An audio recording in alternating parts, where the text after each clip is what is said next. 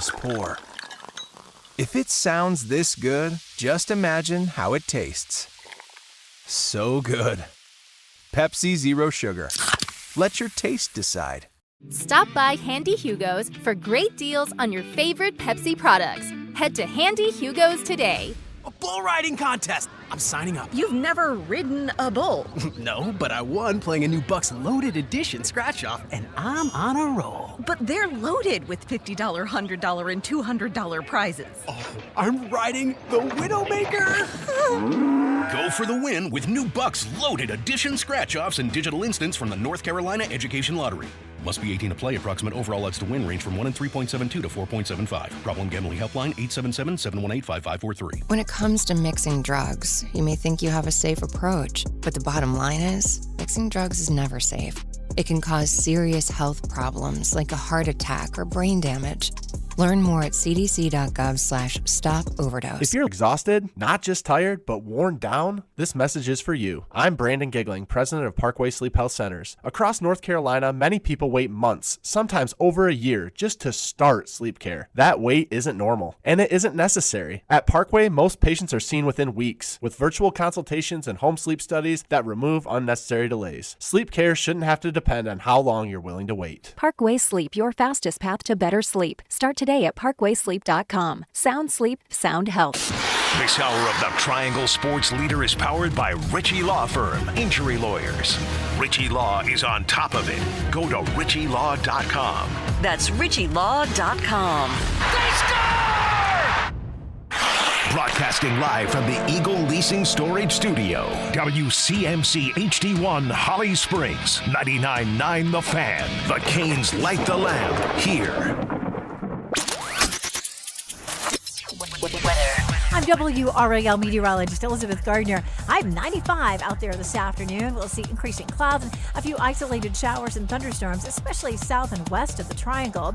A little cooler behind today's front. The highs will be in the mid-60s tonight, and tomorrow's high 90 under mostly sunny skies. Weather update brought to you by All-Star Dog Training. You've seen their dogs featured in college and professional sports. They can train your dog too. Visit allstardogtraining.com and schedule your free evaluation today. 3 o'clock check of your money. Dow Jones down 16 points to 50,850.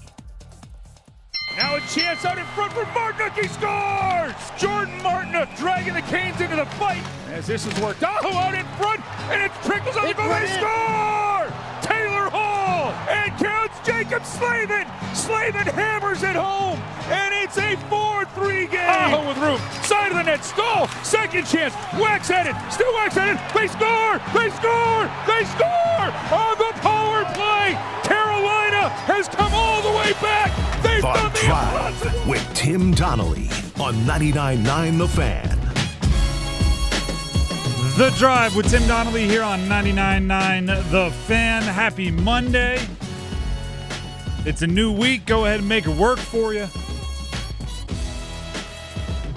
This is not a homer take, what I'm about to say. This is what everybody's been telling me from the casual fans that aren't a fan of the Canes. Through 3 games, this is the most exciting Stanley Cup final ever. Yeah. Obviously, the Canes are down 2-1, and you just heard some of the highlights from one of the most dramatic near comebacks in the history of sport. But this one, we're going to get to the big 3 at 3. I just want to let everybody know where this series stands. It's 2-1 Vegas. Can't go back and change it. Somebody was screaming at me, it should be 3-0. They're 1 or 2 plays away from Vegas being up 3-0. And I went, listen, this is 2 overtime games and a 1-goal game that had a slap shot in the air with less than 5 seconds left that could have tied it up. It could be 3-0. It could be 0-3. It could be 2-1. It could be 1-2. This one is gosh darn close. Doesn't change the fact that tomorrow night, Game 4, gotta have it if you're the Carolina Hurricanes. This is The Drive with Tim Donnelly, 99.9 The Fan. I'm Tim Donnelly, Dennis Cox producing the show. As always, we start the show, presented by Maynard Service Company, with the big 3 at 3.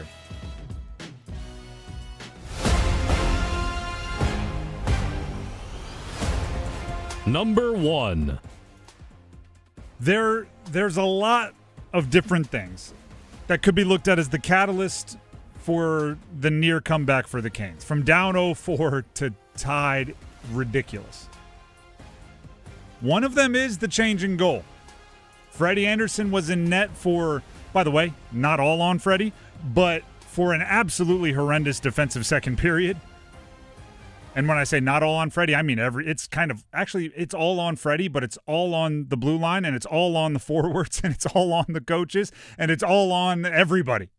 100% for everybody. But they went with Bussi in the third period, and obviously there was a different mojo out there in Vegas, which is an awesome story for Brandon Bussi, but also becomes a question now for Rod Brind'Amour. And he has until tomorrow night at 8 p.m. Eastern to make that decision on who's going to be in goal. I can tell you this. I know where the fan base is going to be. They're going to want Brandon Bussi. If I were Rod Brind'Amour, I would go with Brandon Bussi. And that's no disrespect to Freddie. Matter of fact, it's a fact of life in hockey. There are very few goaltenders. There are very few guys mentally, physically, whatever, that don't run hot and cold. And the Canes are just at a point now, once you see it, you see a player go in there and might have a little bit of the magic that Freddie had in the early part of the postseason, you got to go with the guy that might have a little bit of that magic, and that's Brandon Bussi. We'll see, though, obviously, and as he should. Rod Brind'Amour has been playing it tight to his chest. Which, by the way, we can at least hear from Rod, a little audio here, on what went into the decision to play Brandon Bussi going into that third period before the fireworks started. And here's Rod Brind'Amour with that decision. Played well. I mean, there's no reason to leave Freddie in there the way that game was going. And, we gave it a little boost. He made a great save on Marner there. Gave us a chance, and tough break. I hate it for him because he was playing great. It's hockey. By the way, the penalty shot, if you want to talk turning points, if the Canes would have pulled it off, I think that would have been the turning point. But the goalie decision we'll discuss quite a bit. Matter of fact, at 3:15, we'll dive in fully. So if you want to let us know if you would start Brandon Bussi or Freddie Andersen, if you were Rod Brind'Amour, do a little coach role-playing. If you want to, let us know on our YouTube live stream comments. 99.9 The Fan on YouTube. Go to our live stream right there in the comment section. You can start voicing your opinion on Bussi or Andersen. I do have a feeling I know where this is going to go, but you can confirm or surprise me. We do have a poll up, so you can just click and answer the poll. Even Easy better. enough. Even better. Don't even have to verbalize with your vocabulary, or not verbalize. Type in with your vocabulary the actual sentence. That's number one. Let's get to number two. Number 2. Okay, so first of all, this is about it was a very physical game, got a little chippy. Players seemed to be wincing or stretching throughout the entirety if you watch the broadcast. The Keandre Miller situation, there's a truth in every rumor, I guess. So Keandre Miller was stretching what appeared to be to me his lower back and hip flexor throughout the game, right? When you're taking the knee and forcing your hips way forward, I've always been told that's a hip flexor stretch. So he was doing that. The broadcast did say right before the game ended in the second overtime that Keandre Miller didn't play in the second overtime, that he had not been off the bench in the second overtime, which is a wild thing to say when he absolutely did play in the second overtime. And wrong, sir. Wrong. So while he was dealing with something, and I do think we all need to keep fingers crossed that he recovers quickly and is ready to be 100% for tomorrow's game because he's that important, it maybe wasn't as dire as it appeared on the broadcast. Similarly, Jalen Chatfield. Jalen Chatfield took one of the, I would say, strangest hits you can take on a hockey rink because he was hit not only into the boards but into the door on the Vegas bench, which then opened. Some conspiracy theorists might say was opened by somebody who could do such a thing, but he ended up in a very awkward position with the body on top of him, and then if you're watching the broadcast, how many times did you see that clip of him with his forehead down and just fighting through it? So another player you need to hope that he gets better because he's very, very important to what the Carolina Hurricanes do. William Carrier becomes the most obvious, actual, oh no, what's going on here, because he did not finish the game. He was the one that left the bench and was ruled out. And it was an upper body injury, and it was, you saw the hit. You saw him kind of grabbing at it. We don't have a ton of details about it. But what I can tell you is if the Carolina Hurricanes are going to match or exceed the physicality of the Vegas Golden Knights, if William Carrier is not out there, someone else is going to have or most likely, a bunch of others are going to have to step up to fill that role because, I don't even know if it's joking. We've been simply calling him like a hit a minute, right? I think it was sometime in the second series he had a 12-minute, 12-hit game, and it just became hit a minute for me. That's how I think of Carrier. But then on top of that, he brought some playmaking, right? Don't forget the Jankowski goal during the Game 2 comeback was set up by a wildly skilled pass as he was sliding on his rear end from William Carrier. That fourth line has been an advantage. So if Carrier can't go or if he's less than 100%, not only are you going to have the decision on is it Kotkaniemi, is it Nick Delorier, do you go 11-7 and perhaps bring Mike Riley on as the newly activated skater as another defenseman? What do you do with all of that? But you also need whoever steps in plus quite a few players that are already on the expected active lineup to step up, be more physical, and bring some of the things that Carrier's role has brought. That's number 2. Let's get to number 3. Number 3. I want to be exceptionally clear and careful with this. I do not believe in moral victories. Okay? So I'm not sitting here saying the Canes, they didn't win, but they actually won Game 3. I'm not doing that. But you would be blind if you didn't watch that game and think that was a heck of a display of what the Carolina Hurricanes locker room is made of and what they are all about and how they have each other's back and how they refuse to give up and how they look to their leadership and how they simply stand on a relentless effort and never believing that their time has struck midnight. They were down 4-0. And I don't feel bad saying this because it was 4-0. My wife started falling asleep on the couch, and she started going like, oh, I'm going to stay up. I'm going to watch the whole game. And I looked at her, I was like, listen, if you're tired, this one's probably over. And then guess who was waking her up just a few minutes later going, they already scored 2. And then she woke up and looked at the screen and said, make it 3. Like it was that kind of back-to-back. It was, you've heard the stats by now, right? The fastest 3 goals in Stanley Cup final history, 39 seconds. It was Jordan Martinook. We call him the heart and soul for a reason. He scores the goal. Do you know my favorite part about the goal that Martinook scored, other than the fact that it sparked one of the craziest near comebacks in history? He scores the goal sliding towards the boards.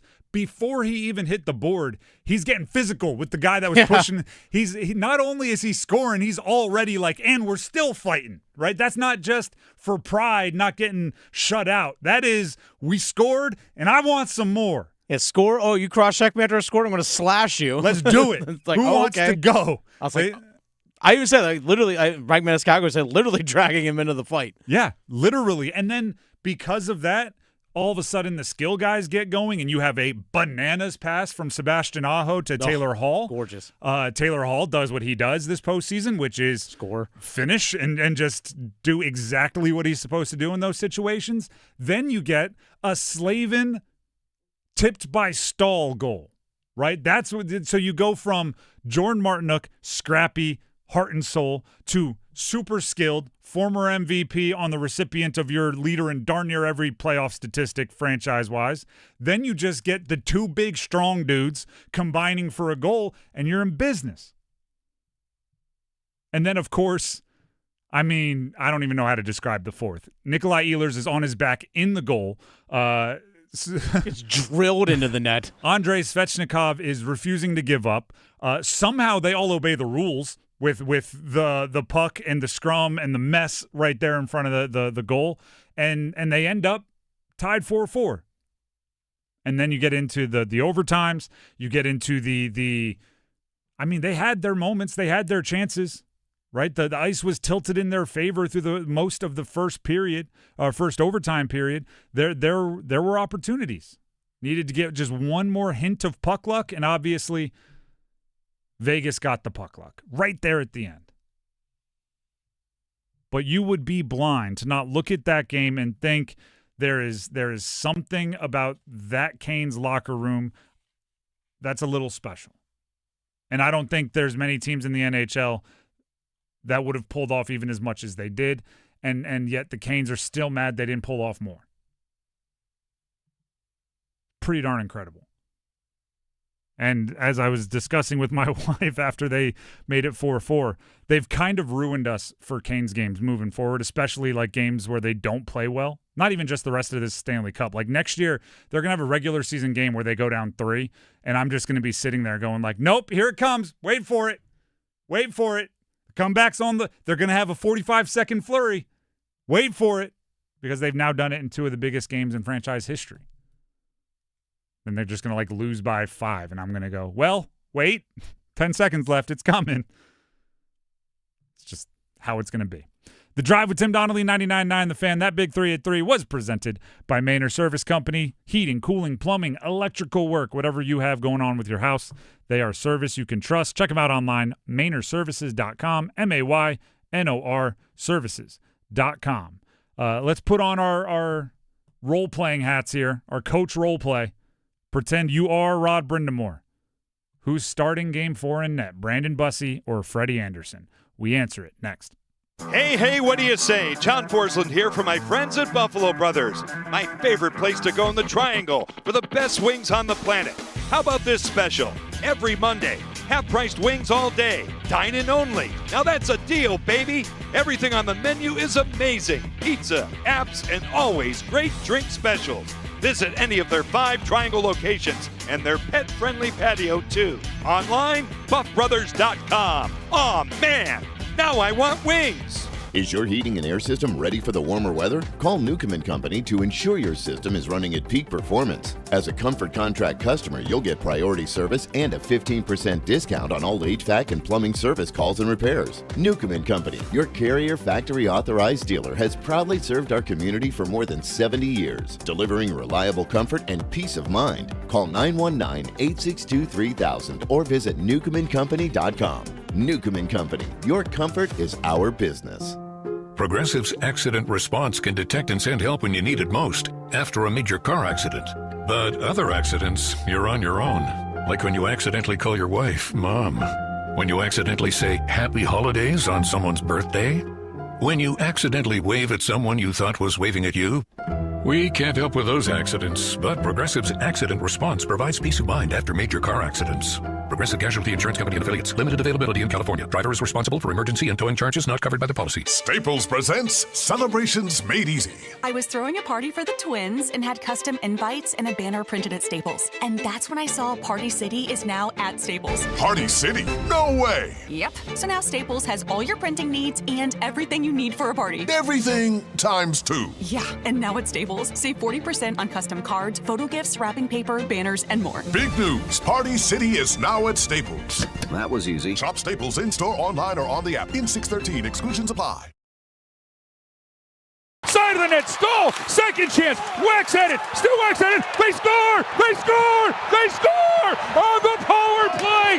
Carolina has come all the way back. They've done the impossible, a 4-goal comeback, and Carolina has tied this game at 4, and it's going to be Andrei Svechnikov who gets the equalizer. Yeah, just be short. It's kind of, I've been saying that we never give up on anything, we just going, and that's our identity.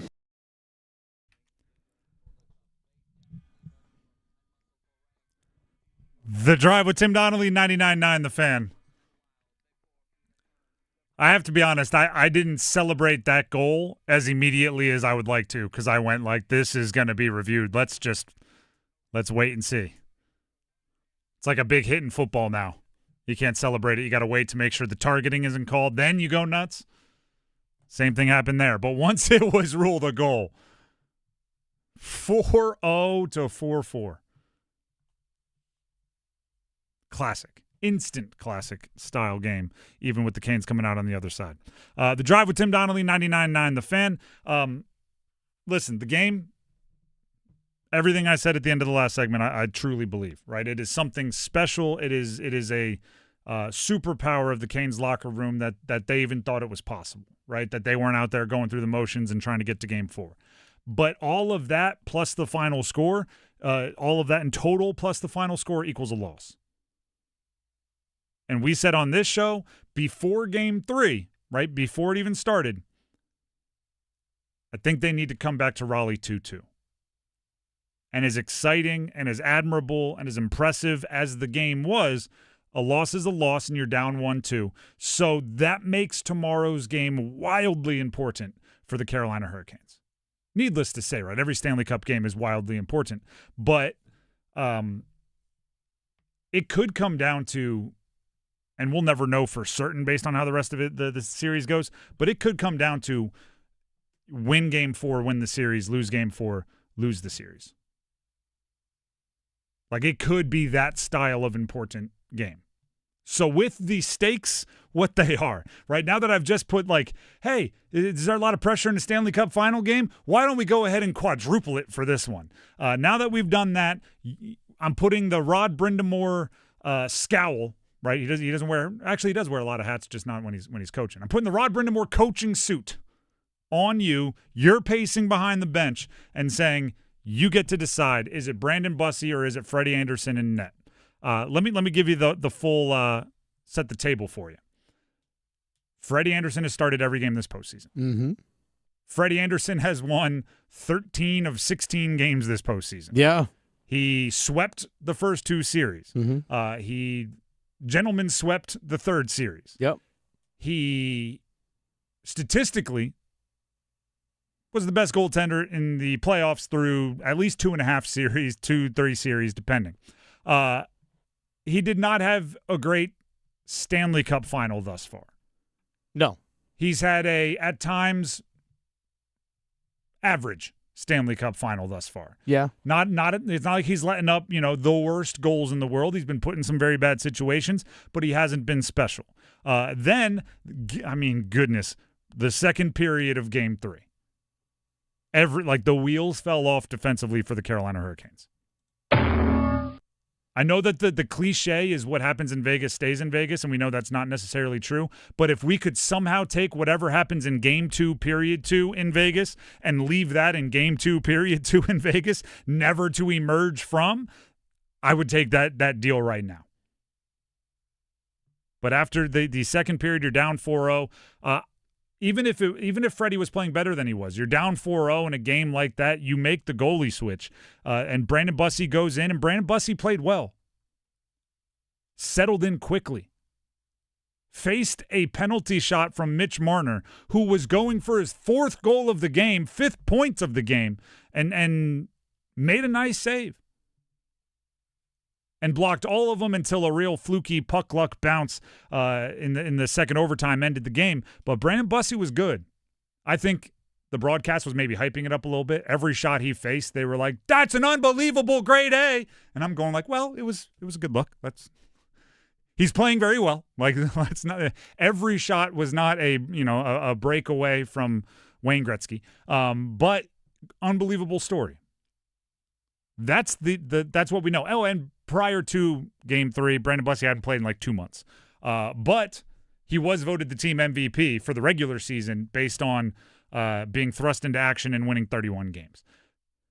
I would start Brandon Bussi. Dennis, what say you? And then also, what say the people in our YouTube live stream poll?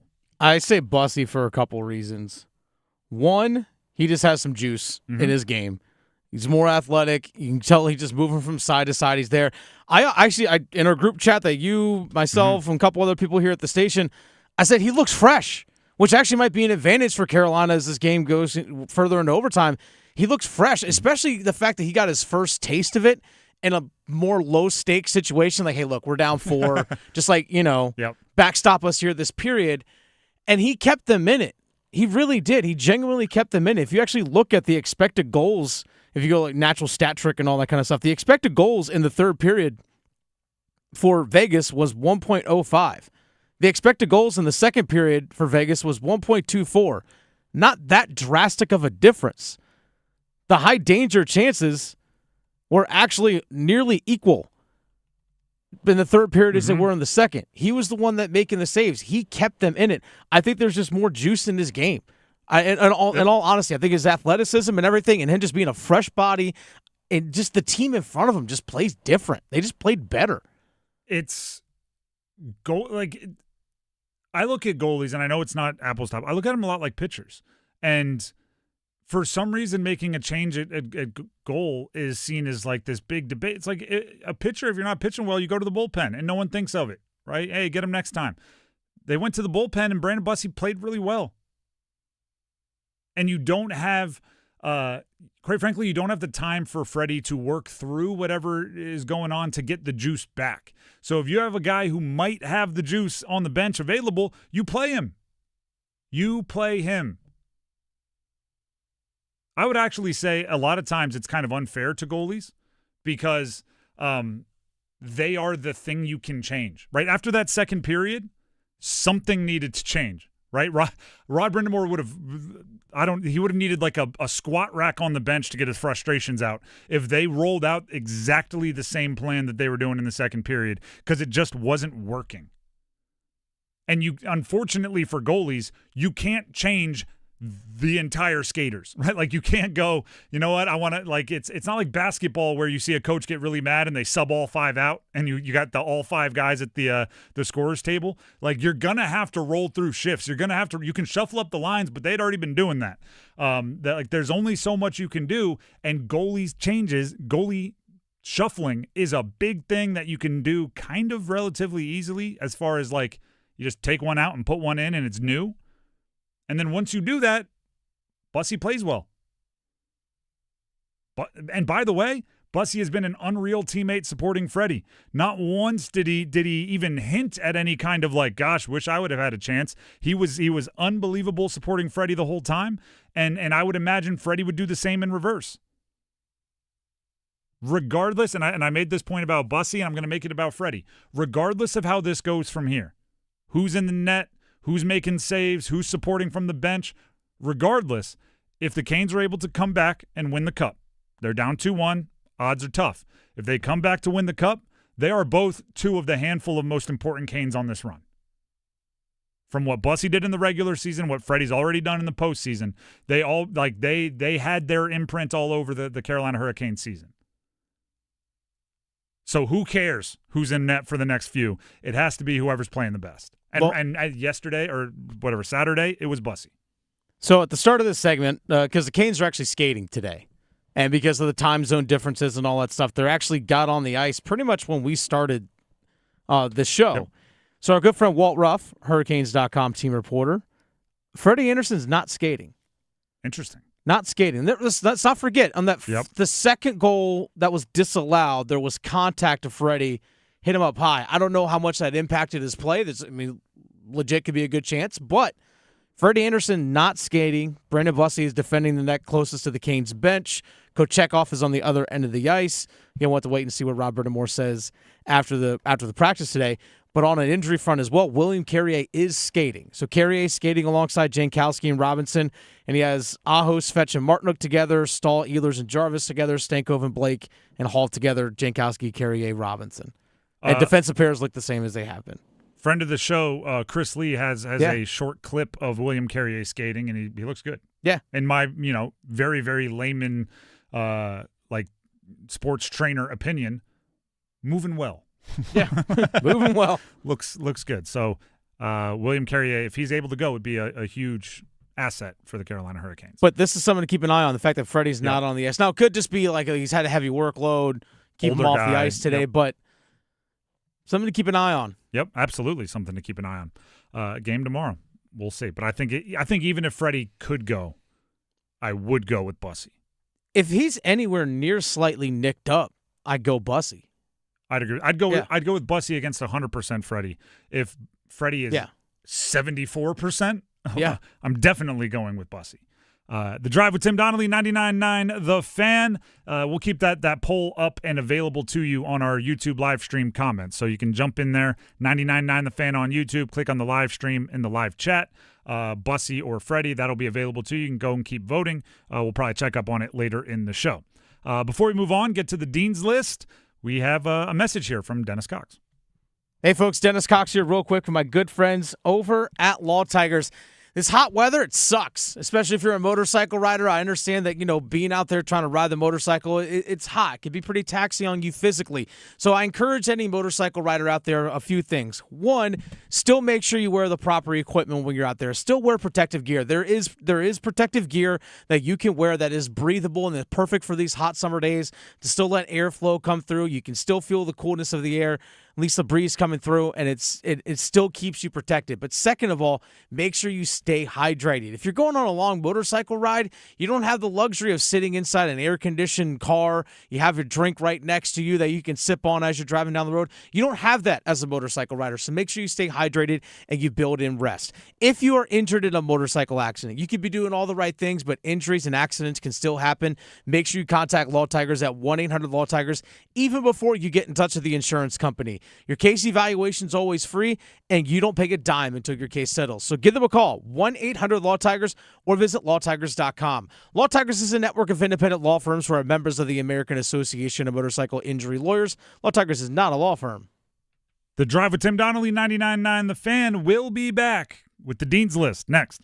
Hot summer days mean time on the water. Let Sound Station and Security make your time even better with our custom boat options. At Sound Station and Security, our Raleigh marine experts can help you for everything with your boat, from the perfect audio system to lights to video. We do it all custom, and we do it all from scratch. You're unique. Your boat should be too. Make sure everyone knows where the best party is this summer on the lake with Sound Station and Security. With 2 locations, downtown Smithfield and on Glenwood Avenue in Raleigh. Online at myhotsound.com.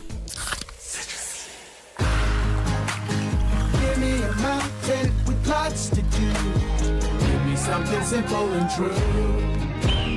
All I need is sunshine and that cool, refreshing Mountain Dew.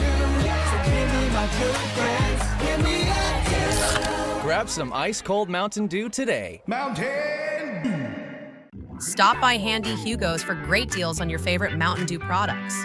Head to Handy Hugo's today. It's bow time. Ordering Bojangles Bow Bites is the easiest choice you'll make today. The bite-sized hand-breaded chicken is fried to crispy perfection, making it perfect for sharing, snacking, or when you're on the go. Just don't call it a nugget.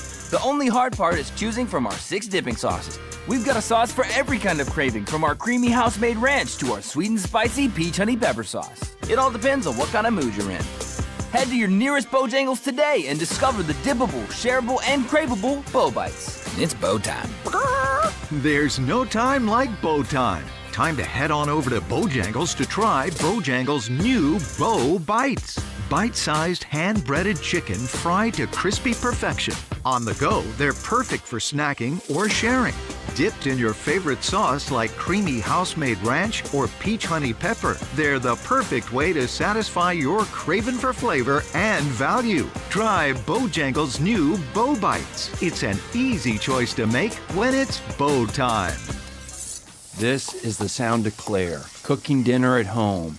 And that's the sound of a fraud alert from Wells Fargo, flagging a charge for a pricey restaurant in Paris. Considering Claire isn't in Paris right now, that seemed odd to the bank and to Claire. 2 taps later, Claire says nope to the charge, and Wells Fargo is on the case.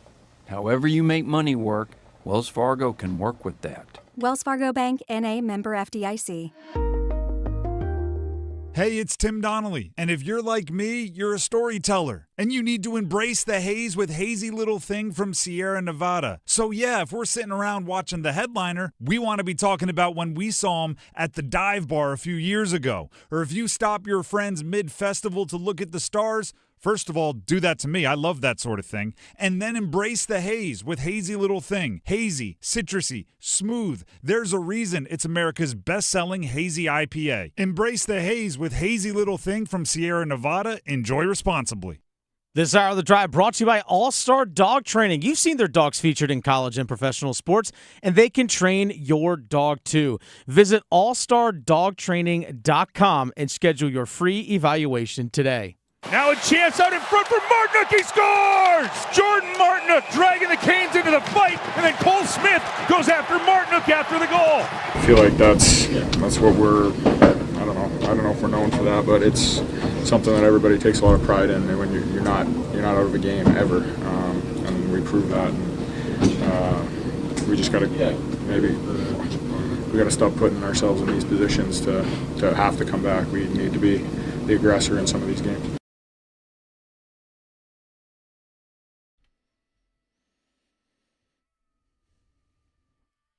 This is The Drive with Tim Donnelly on 99.9 The Fan.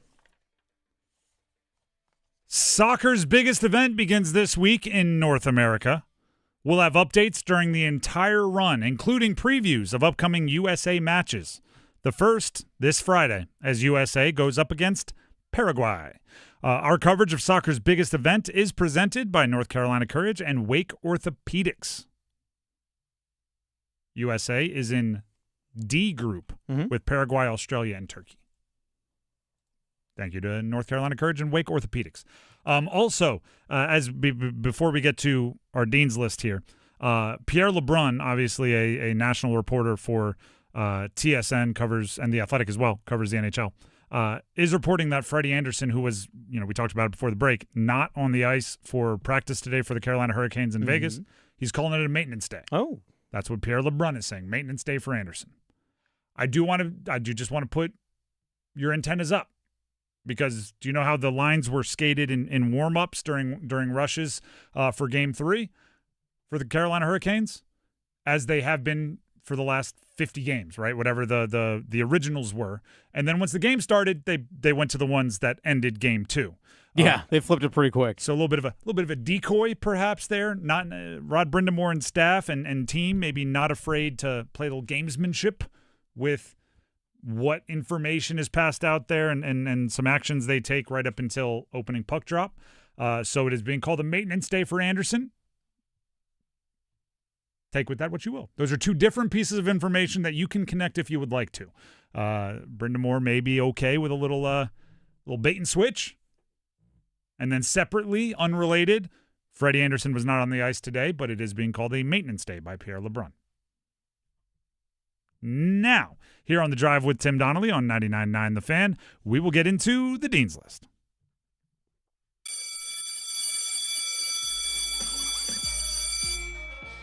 Well, let's start with the obvious when we're highlighting college sports in the area. The North Carolina Diamond Heels. UNC Tar Heels baseball advancing to Omaha for the College Baseball World Series, and they did so in style. Walked it off against USC. Shout out to Caden Glauber, their stud freshman. I believe they've now won his last 25 starts, something like that. He went 7 1/3 innings, struck out 11. They are 25-0, correct, when Glauber pitches. That's a good percentage. It's a good stat. 13th men's college baseball World Series, men's college World Series for North Carolina. 13th overall. They had to come back in the 9th. If you go watch, I didn't watch the game live. I watched some of the highlights. USC it would have been a little bit of a tough catch, but they had a foul ball that could have ended the 9th and sent it to extras. Right up against the wall. Guy couldn't make the catch, and then pretty soon after that, they're walking it off and going to Omaha. So, what's puck luck, baseball luck, something bounced the way of UNC, and they took advantage of it by punching their ticket to Omaha. As somebody that's covered sports in Nebraska, College World Series is a pretty darn cool atmosphere. You want to get to Omaha if you possibly can, and they will. They'll be taking on Ole Miss Friday at 7 p.m. think they were down 3-1 going into the bottom of the 8th. Never say die. Nope. Never say die. Gosh, so their first game is, you said Ole Miss this Friday. Mm-hmm. You mentioned USA World Cup. Their first game's this Friday. Mm-hmm. That's the day after the Canes take a 3-2 series lead. Correct, and correct. Yeah. What's the NBA Finals schedule? I know they play tonight. They might be done. Yeah, that's true. They actually All might be right, done. never mind. I don't know if this is where like AI and everything becomes a thing, right? So maybe it wasn't real, but I saw people were passing around on social media that on an off day, Wemby was like in one of the parks in New York City drawing, like sketching statues. I mean, unwind, but that's a tough look if you're a fan that's like living and dying with each loss. You're down 0-2, and you're like, well, I just want to get the shading right on this bird bath. Clear your mind a little bit. I get it. I just might not do it in public if I'm 7'5". Can't exactly put a hoodie on and blend in. More Dean's List for you. Ryan Gerard, former UNC golfer. He lost in a playoff to JT Poston at the Memorial Tournament, which is Jack Nicklaus's tournament, which you may be like, why is he on the Dean's List? He lost in a playoff. Well, that means he finished solo second, and in an elevated event, that's $2.2 million for the Heartbreak. That's a good weekend for him. Okay, Ryan Gerard, really good player, having a really good run here the last year or two. But unless you're Rory McIlroy or Tiger Woods or something, $2.2 million is $2.2 million, and good on him. Dennis, do you have any Dean's Listers you'd like to throw out here? I don't. I was going to throw UNC baseball into the mix, but we let off with that. That does make sense. How about former Duke basketball player Quinn Snyder? Oh, okay. Quinn Snyder and the Atlanta Hawks reached an agreement on a multi-year contract extension as Quinn Snyder's head coach. He's bounced around the league a little bit, but it does seem like when he shows up, teams get better, and when he leaves, they struggle a little bit. So, multi-year agreement with the Hawks. Gets to continue being a head coach at the NBA level. And then this one will lead into our next segment as well. Anyone that plays college sports and doesn't bet on their own team. Dean's Lister. It's not that hard. It's not. Brandon Sorsby, who did bet on the team that he was playing on when he was at Indiana earlier in his career, is eligible to play next year because the NCAA has no power or authority.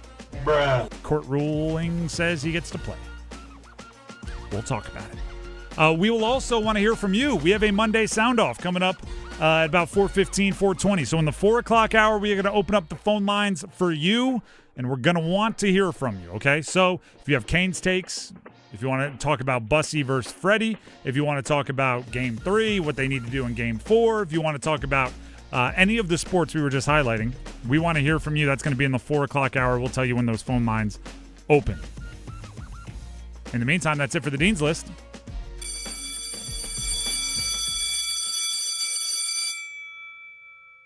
Dismissed. I like being able to dismiss people, like a teacher who didn't have to go through any of the training. The Drive with Tim Donnelly, 99.9 The Fan. Now, Tim Donnelly here for Kalshi. The world's biggest soccer tournament has arrived, and you can trade the entire tournament on Kalshi. On Kalshi, you can trade every match from the opening stage, which is going to get started here later this week, all the way to the final. Now, right now, even the favorite, team like Spain, is trading at just 16.5% to win, which means a $100 trade would pay out over $600. Just a couple dollars over $600 if it comes true. And that's for the favorite, right? So everybody beyond that, the payout would be even more. On Kalshi, remember, you're trading against peers in a live market, meaning there's no house. And as the probability changes, you can buy in and out of your position. If they win a few, the team that you're picking, if they are trading, if they win a few and the payout is high enough, take your money right there, go trade it in somewhere else. It's a in or out situation at any point in time.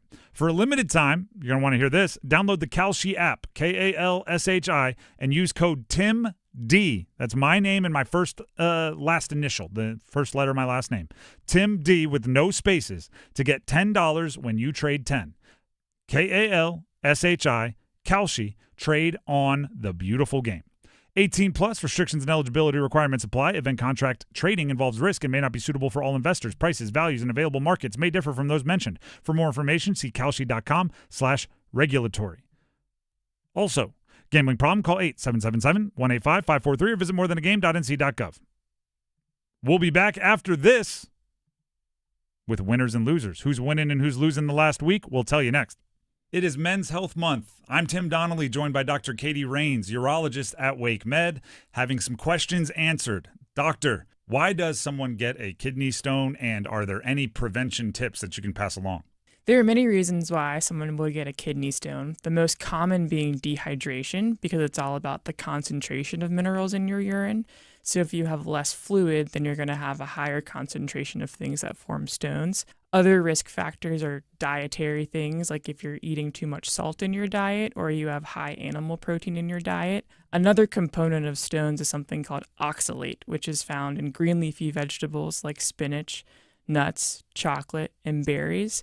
So really hydrating is the number one thing you can do to help prevent kidney stones, especially somewhere like North Carolina where it gets humid quickly and you may be sweating more than you anticipate. So staying well hydrated really is the best way to keep yourself without kidney stones. For more information, please visit wakemed.org. You could argue that making jewelry by hand is yesterday's way of doing it. You could claim that being particular about custom design and old-world craftsmanship slows down the process. You could call us old-fashioned, and you'd be right. Because the heart and soul of Bailey's is our workshop, where skilled craftsmen create heirlooms meant to last for generations. Come see why we've been voted the best jeweler year after year. Bailey's Fine Jewelry. Every woman wants a Bailey box. When you own your own business, you own every decision.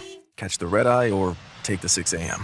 Make a new hire or promote internally. Celebrate a win with the toast at the gate or unwind at the lounge. Big props to this team. Some decisions are a win-win, like earning 8 times points on Chase Travel. Chase Sapphire Reserve for Business, the business card that gives back all you put in. Visit chase.com/reserve business to learn more. Cards issued by JPMorgan Chase Bank, N.A. member FDIC, subject to credit approval. Terms apply. Is your heating and air system ready for the warmer weather? Call Newcomb & Company to ensure your system is running at peak performance. As a Comfort Contract customer, you'll get priority service and a 15% discount on all HVAC and plumbing service calls and repairs. Newcomb & Company, your Carrier factory authorized dealer, has proudly served our community for more than 70 years, delivering reliable comfort and peace of mind. Call 919-862-3000 or visit newcombandcompany.com. Newcomb & Company, your comfort is our business. Wait, everything on this IHOP value menu is just $6? I told you it was amazing. A huge plate of pancakes, bacon, and eggs is just $6. Wow. There's also French toast, a ham and cheese omelet, and oh, they got a BLT and fries now. Okay, we're coming here every day. You don't have to tell me twice. Feast for just $6 with the IHOP value menu. $7 in some locations, available every day for a limited time at participating restaurants in the U.S. Hours may vary. No substitutions. Not valid with other discounts or promotions. Prices may vary. And now can Carolina get a little bit of magic here? As this is worked. Oh, out in front, and it trickles on the goal. They score! Taylor Hall! And here comes Carolina. They're not done yet. It's 4-2 here in Vegas. Yeah, I don't know. I mean, we changed the lines a little bit. You know, they get up 4, they're sitting back probably a little bit. This is how it goes. And got to our game a little bit, and then at least we made a game of it. Doesn't really, you get no moral victories this time of year. It's like irrelevant to be honest. But we got to regroup. I think we know, going into this, you're not gonna win. It's kind of a little bit like the first game where we had just too many really not smart plays, and then they made us pay.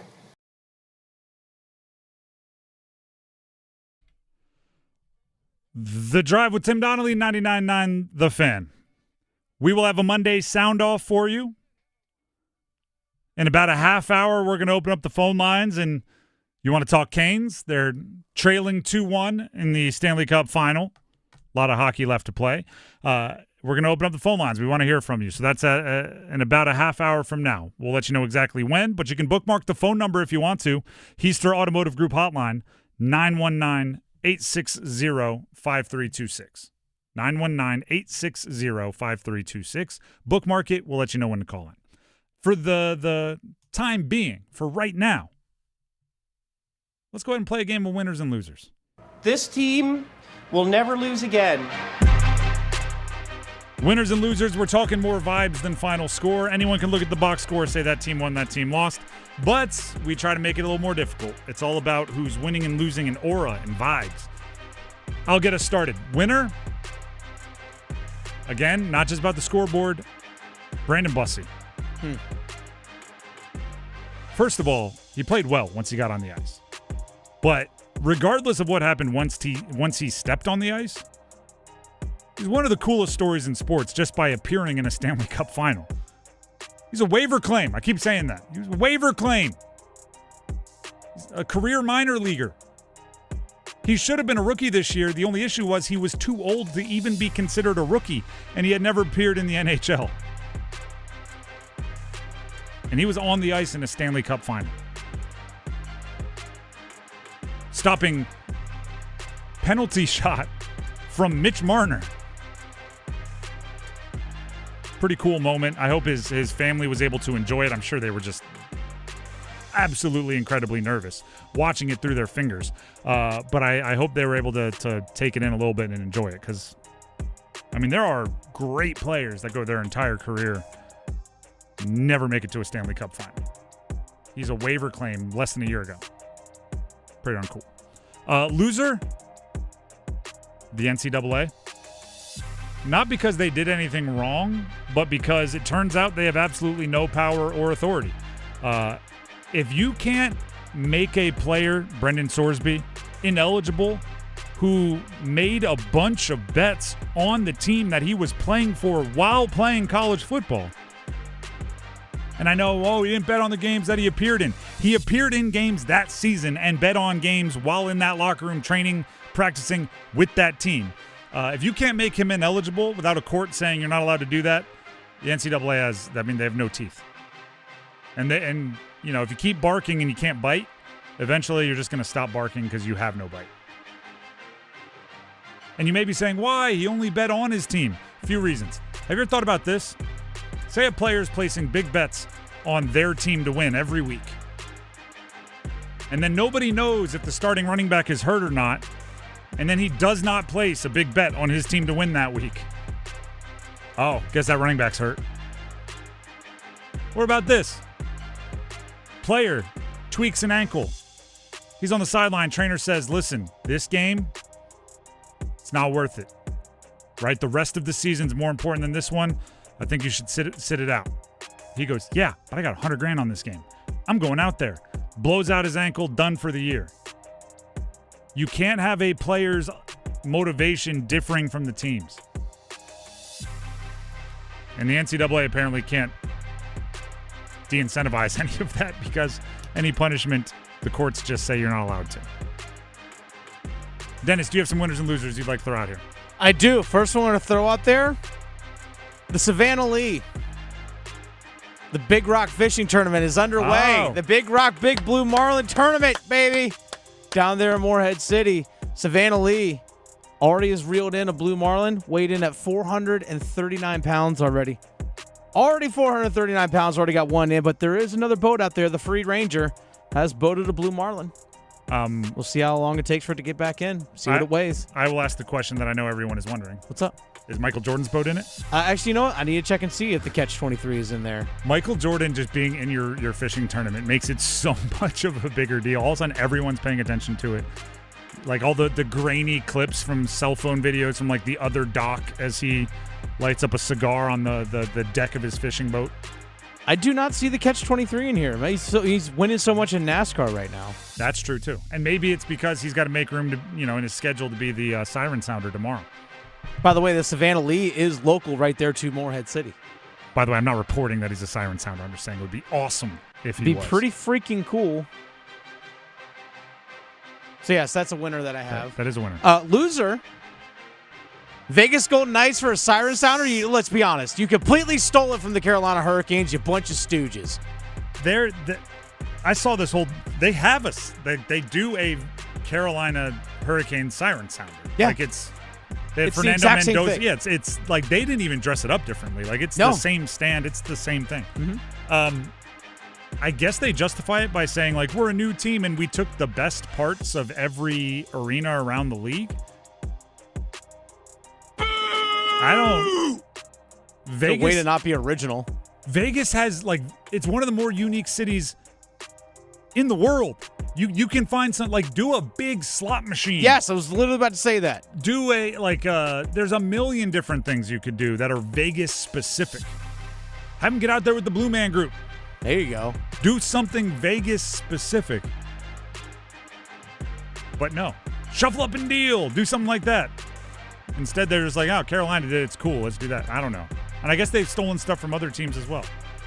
I do have one more loser I want to throw out there. Let's hear it. Well, it's a collective group. I want to throw out the losers, all the jackwagons that said no one was going to ever watch the Stanley Cup final and that it wouldn't be any good. Did you know, Tim? Did you know that looking at the first 2 games of the series so far, viewership for Game 2 alone in Carolina was up 88% compared to Game 2 of 2025. 88%. Now, okay, that was on TNT/True TV. I get it. Okay, last time it was on ABC was 2 years ago. Florida versus Edmonton, first go around. It's up 33% even then, just 2 years ago. The audience in Game 2 peaked at 5.8 million viewers. Its average viewership was 4.7 million. This is one of the highest rated Stanley Cup finals that's ever been on ESPN/ABC, and it's the most viewed Stanley Cup final since Game 2 of 2015.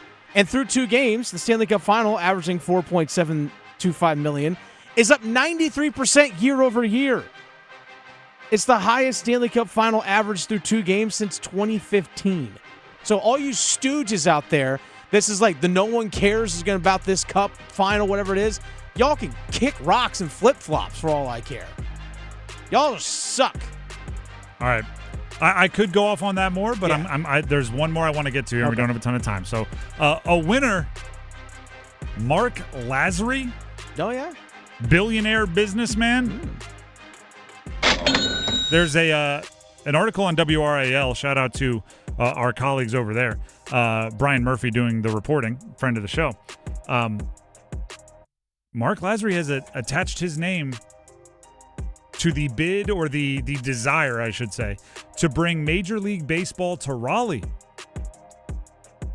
The co-founder and chief executive of Avenue Sports Fund, which is a fund basically that invests in different sports teams, things like the Baltimore Orioles, NASCAR teams, PGA Tour, the enterprises as a whole, as well as the Tiger Woods TGL League. They have a team in there as well that they invest in, as well as the North Carolina Courage. Reportedly invested $40 million at a $155 million valuation, according to Sportico. But Lazary has put his name on, I want a Major League Baseball team in Raleigh. Big deal for us that would love to have baseball in the state of North Carolina at the major league level, because there are other, and I'm not going to trash the other cities. Like it seems to be like when there's an expansion team, it turns less into like our city is great and more like that city stinks. I'm not going to do that. Nashville probably would be fun, right? Whatever. San Antonio would be great. All these, Orlando, have fun with it. It's a big deal to have a billionaire putting his checkbook behind your cause. And to my knowledge, I don't believe the other cities have that. And you could argue Carolina has too, because Tom Dundon, the owner of the Carolina Hurricanes as well as the Portland Trailblazers, has in the past said he wants to be a part of it and would fully support it. So if you got 2 billionaires, that's now you're talking.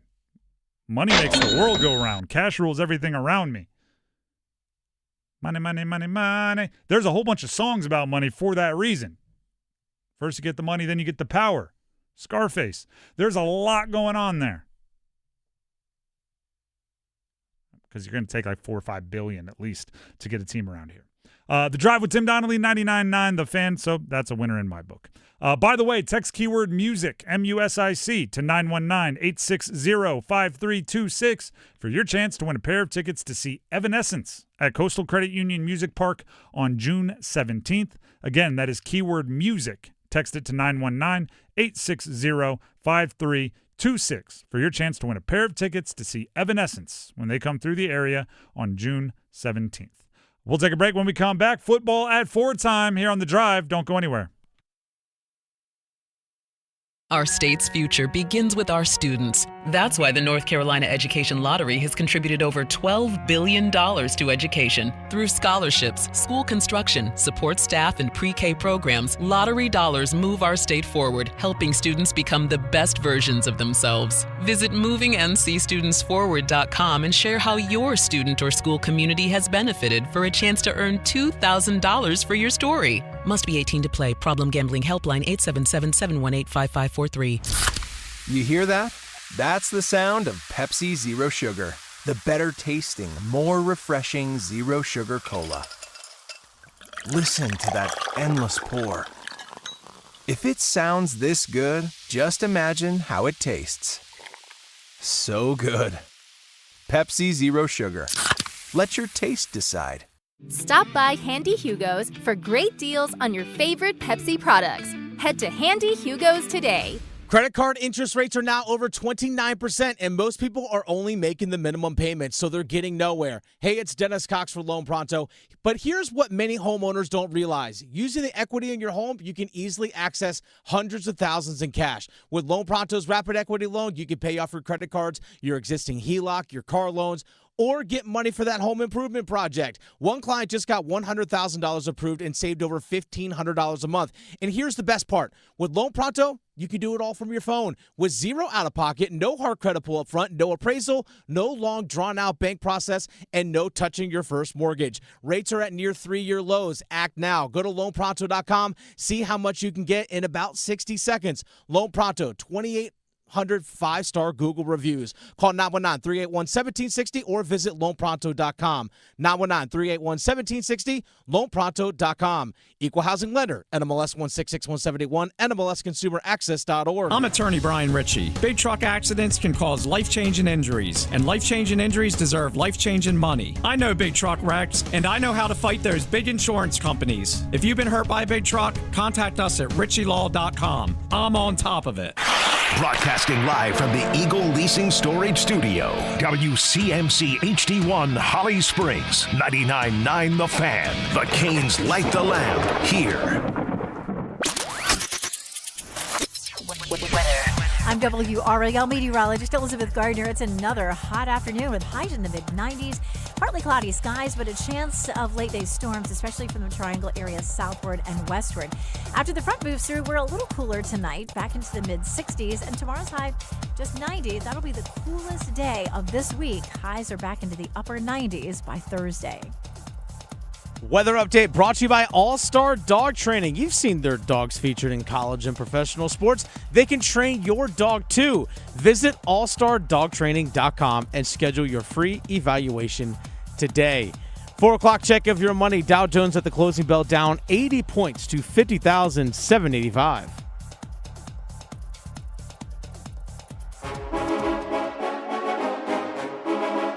Let's move the chains. Time for football at 4. The Drive with Tim Donnelly here on 99.9 The Fan. Don't forget, Monday Soundoff coming up here on The Drive. So we are opening up the phone lines in just a little bit, not right now, for all of your takes, right? We really do our best to just let you drive the show. We react and build the conversations off of what you call in about. So if there's something you want to get off your chest, praise, question, something you think the Canes need to do better, something you think we're missing about the Canes playoff run. I think we're doing a pretty good job combing through it, but there's possibility. Whatever it is, we're going to want to hear from you in about 15, 20 minutes here on 99.9 The Fan. With that being said, football at 4 doesn't go anywhere any old time. And today is one of those days. I chuckled when I saw it. So let's it's completely okay to laugh. The Carolina Panthers have a passing offense that needs to improve. Okay? Needs to get better, needs to be better chemistry. Quarterback, wide receivers need to be on the same page. And a season ago, we were talking about them. I believe they went out to Minnesota, which is where Adam Thielen lived, and they were going to Minnesota Lynx WNBA games, and they were out on the lake, and they were working out, they were running routes, they were having a good time. Now, they still could do a big trip like that, but by way of social media, we have learned Xavier Legette brought at least Bryce Young and Chris Brazzell, so at least the starting quarterback and the third-round pick rookie wide receiver, to what appears to be a trail ride on horses and ATVs. Now, we know that Xavier Legette has some of that in his background, right? When he scores a touchdown, the few that he has scored, he rides an imaginary dollar bill, which is the name of his horse that he owns and he rides. And it's hilarious, and it's endeared Xavier Legette to a fan base and to even an NFL fan base. He's become a very likable character. The videos are funny, right? It's Xavier Legette's on a horse. Bryce Young is on what appears to be like the world's biggest. It's like an ATV, but it almost has the dimensions of like one of those little power cars that kids ride around. Like the wheels are just anyway. I'm not up on my side-by-sides in ATV, so maybe that's what they look like now. Did spend some time in some country areas earlier in my career. This one just looked a little unusual. Now, my first instinct, because Chris Brazzell was there also, the rookie, my first instinct was, do you think Xavier Legette knows that he's entertaining the guy that was brought in to take his job? Like, do you think he knows that Chris Brazzell is the other guy on the team that runs a sub-4 440 on the wide receiver room, and the other guy that is tasked with stretching the field and taking the safeties with him and opening things up for Jalen Coker and Teteroa McMillan and everybody on their full route trees? Does he know? Would you? I mean, that's a very big thing to do. If you're just like, now you're cool in my book, we're competing, but let me come show you a good time. That'd be a pretty big deal. Or do you think he's like out there showing him like, you think you're tough? I'm cowboy tough. I want to let you know who you're up against in this competition. Get on the back of a horse for an afternoon. No, I mean, obviously there's jokes, there's laughs, there's all that. They look like they're having a good time. The bigger picture, and obviously this time of year when the Canes are in the Stanley Cup, we try to do a lot of relating back and forth. The bigger picture is it's important that these guys know each other, like each other, don't mind hanging out together, have inside jokes. It seems like that wouldn't be a big deal. It seems like, right, because athletes often say, and it's a business, right? And you often even hear professional athletes talking about like longing for the days of high school or college football or college, whatever sport they play, because of the camaraderie and because of all that. And once you get to the pros, it's a business. And it's true. But at the same time, it's not the same as like punching the clock at a factory for your 9 to 5 or walking into the office and, you know, sitting in front of a computer and sharing a cubicle with somebody. It's not the same as that. When you start to get into the physical sacrifice you have to make, when you start to get into the role sacrifice you have to make, it's much easier to have those hard conversations that you need to have quickly in a football game with somebody who you know and like and trust, somebody who you have some time in with, somebody who you've hung out with before, somebody who you've laughed with before. I mean, the Carolina Hurricanes appear to have that in spades, and they appear to protect it. Right? We saw last year what happens when someone goes into that locker room and doesn't vibe, and that would have been the Mikko Rantanen situation. Then they brought in Logan Stankoven, and Logan was talking about it, you know, since the Stanley Cup started, how intentional it was that he was welcomed, that he was not ostracized or not treated as an outsider based on the way that he was acquired. He talked about how as soon as the trade was announced, he had 7-8 text messages from different players on the Canes welcoming him. And then after his first game played, Brent Burns, who was obviously a veteran leader on the team, had everybody over to his house, and it was almost like a welcome party. That's important. And maybe that's what Xavier Legette and Bryce Young are doing here, right? You're getting a rookie. Hey, I know that it's gonna appear as if you're here to take my job or I have to work extra hard to hold you off. Listen, we're going to compete like heck for reps, but we're all on the same team here. And if you can really have that type of atmosphere, that's gigantic for the health of your locker room. Massive for the health of your locker room. And maybe it was Bryce doing it. You'd love it if it was Bryce doing it. Going like, hey, listen, guys, I know that on paper y'all might battle, but this one is aggressive, that we need to be friendly. And then the other reason I always point this out, and anyone that's ever had like a job where there's a corporate, right? It might be different in like a family-owned business if there's 9 employees and they all have the same last name.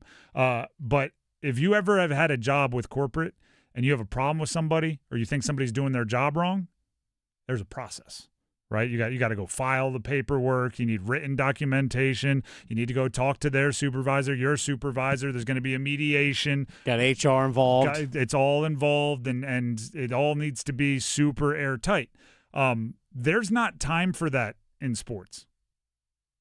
To use a Carolina Hurricanes example, if Taylor Hall is really upset with what Logan Stankoven has been doing on the last 3 shifts, he can't go file a report with Tim Gleason, who then, if he sees merit, will run it up the flagpole to Rod Brindamore, and then they can circle back on an email next week. It's like, no, if he's got a problem with it, he needs it solved by the next shift, right? And that could be 45 seconds from now.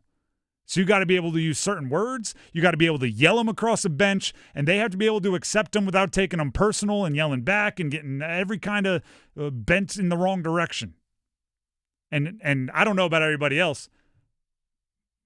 People I know and like and trust and are friendly with or are family with are the only people that you can do that with. Right? Your best friend looks at you and goes, "Hey, you're being a jerk." You're going to go, "Oh man." He wouldn't say that if I wasn't actually being a jerk, right? Like, that's a family, that's a friend thing. Football's no different. Offense isn't working. Bryce Young's mad at Xavier Legette. Bryce Young's mad at Chris Brazzell. They ran a wrong route. He can't go, go read a management book and say, I'm going to hit him with 2 compliments before I hit him with constructive criticism. He can't be, Chris, come over here. Chris, first of all, love your work ethic. You've been doing a great job at practice. That comment you had in the media the other day, I thought that was really poignant. And by the way, on 3rd down, I need you to get your depth on your dig route. Like, it can't be that. Yeah. It can't be. It has to be bleeping, bleeper. You are at 12. I need you at 14. And if it happens again, Xavier's going to take the rep and you're not going to be back in here. Like, it has to be that quick. Go listen to some of the stories of the greats. There's a legendary story. I think it was Austin Collie. Okay. With Peyton Manning. He got thrown out of a huddle by Peyton Manning when they were taking a knee because he caught the first down, right? But he didn't run the route the way Peyton wanted to. And with the first down, they could have taken a knee, right? So that's all. They were victory formation. And Peyton was so mad at him for the route he ran that he sent him to the sideline and didn't let him be on the field for a knee. Ran to the sideline. Coach was like, what was that? He's like, Peyton got mad at me. But he tells the story as if it's like, I ran the wrong route. Peyton was holding me accountable. Obviously, they had a good relationship. That doesn't happen only at practice. That happens a lot of times golf courses or out on a lake or bowling or going to each other's houses to watch games and things. But also, I guess trail rides would be another way to do it. Hopefully it worked. And the videos are funny. It's always so, it's unexpected. The Drive with Tim Donnelly, 99.9 The Fan, before we take a break. And by the way, we do have Monday Soundoff coming up. I'll tell you more in a second. Before we do any of that, here's Dennis Cox. Hey folks, Dennis Cox here real quick. My good friends over at Law Tigers. I implore people at this time of year, you're going to see a lot of motorcycles out there on the road. And I know the weather's hot. It's hot. It's dry. It sucks outside. But if you're still going to go out and enjoy your motorcycle, still do it in a safe and proper way. And one of the best things you can do yourself is actually do for yourself as a motorcycle rider is actually prepare yourself physically to ride. Make sure you're well rested. Make sure you're hydrated. Make sure you have enough food in your stomach. That way, if you are going on long rides, you don't get woozy. You don't get a little bit lightheaded. Your reaction time slows down because you're dehydrated, because that's when accidents can happen. That's when you put yourself in a vulnerable situation. Riding a motorcycle is a vulnerable situation as is. The last thing you want to do is put yourself more at risk. Do everything you can in your power to make sure that you're safe out there on the road. You can do everything in your power to make sure you're safe on the road, and accidents can still happen, and this is where Law Tigers steps in. Give them a call, 1-800-LAW-TIGERS, even before you get in touch with the insurance company. Insurance companies want to give you the least amount possible. Law Tigers, they're riders too. They understand what your bike is worth. They understand what your gear is worth, but also they understand the dangers of the road and what it's like to go through after an accident. That's why your case evaluation is always free, and you don't pay a dime until your case settles. So give them a call, 1-800-LAW-TIGERS, or visit lawtigers.com. Law Tigers is a network of independent law firms who are members of the American Association of Motorcycle Injury Lawyers. Law Tigers is not a law firm. The Drive with Tim Donnelly, 99.9 The Fan. We have a cup check-in when we return here on 99.9 The Fan. And when I send it to that conversation, we will open up the phone lines. We'll get to Monday Soundoff. We want to hear from you. So when we come back, we'll open up those phone lines, give you a little Canes insight, and we'll go from there. Stick around. One goal. Let's go, Canes! Ball coming in. Backhand. Dovership. Blake to the rebound. He scores! Oh, the Hurricanes are just pouring it on. Hoist Lord Stanley's Cup. Let's go, Canes! Aho now to Jarvis. Jarvis. You'll get the Giants. Your official home for the Eastern Conference champion Carolina Hurricanes. 99.9 The Fan. This is the sound of Jack, buzz cutting his way to a small fortune.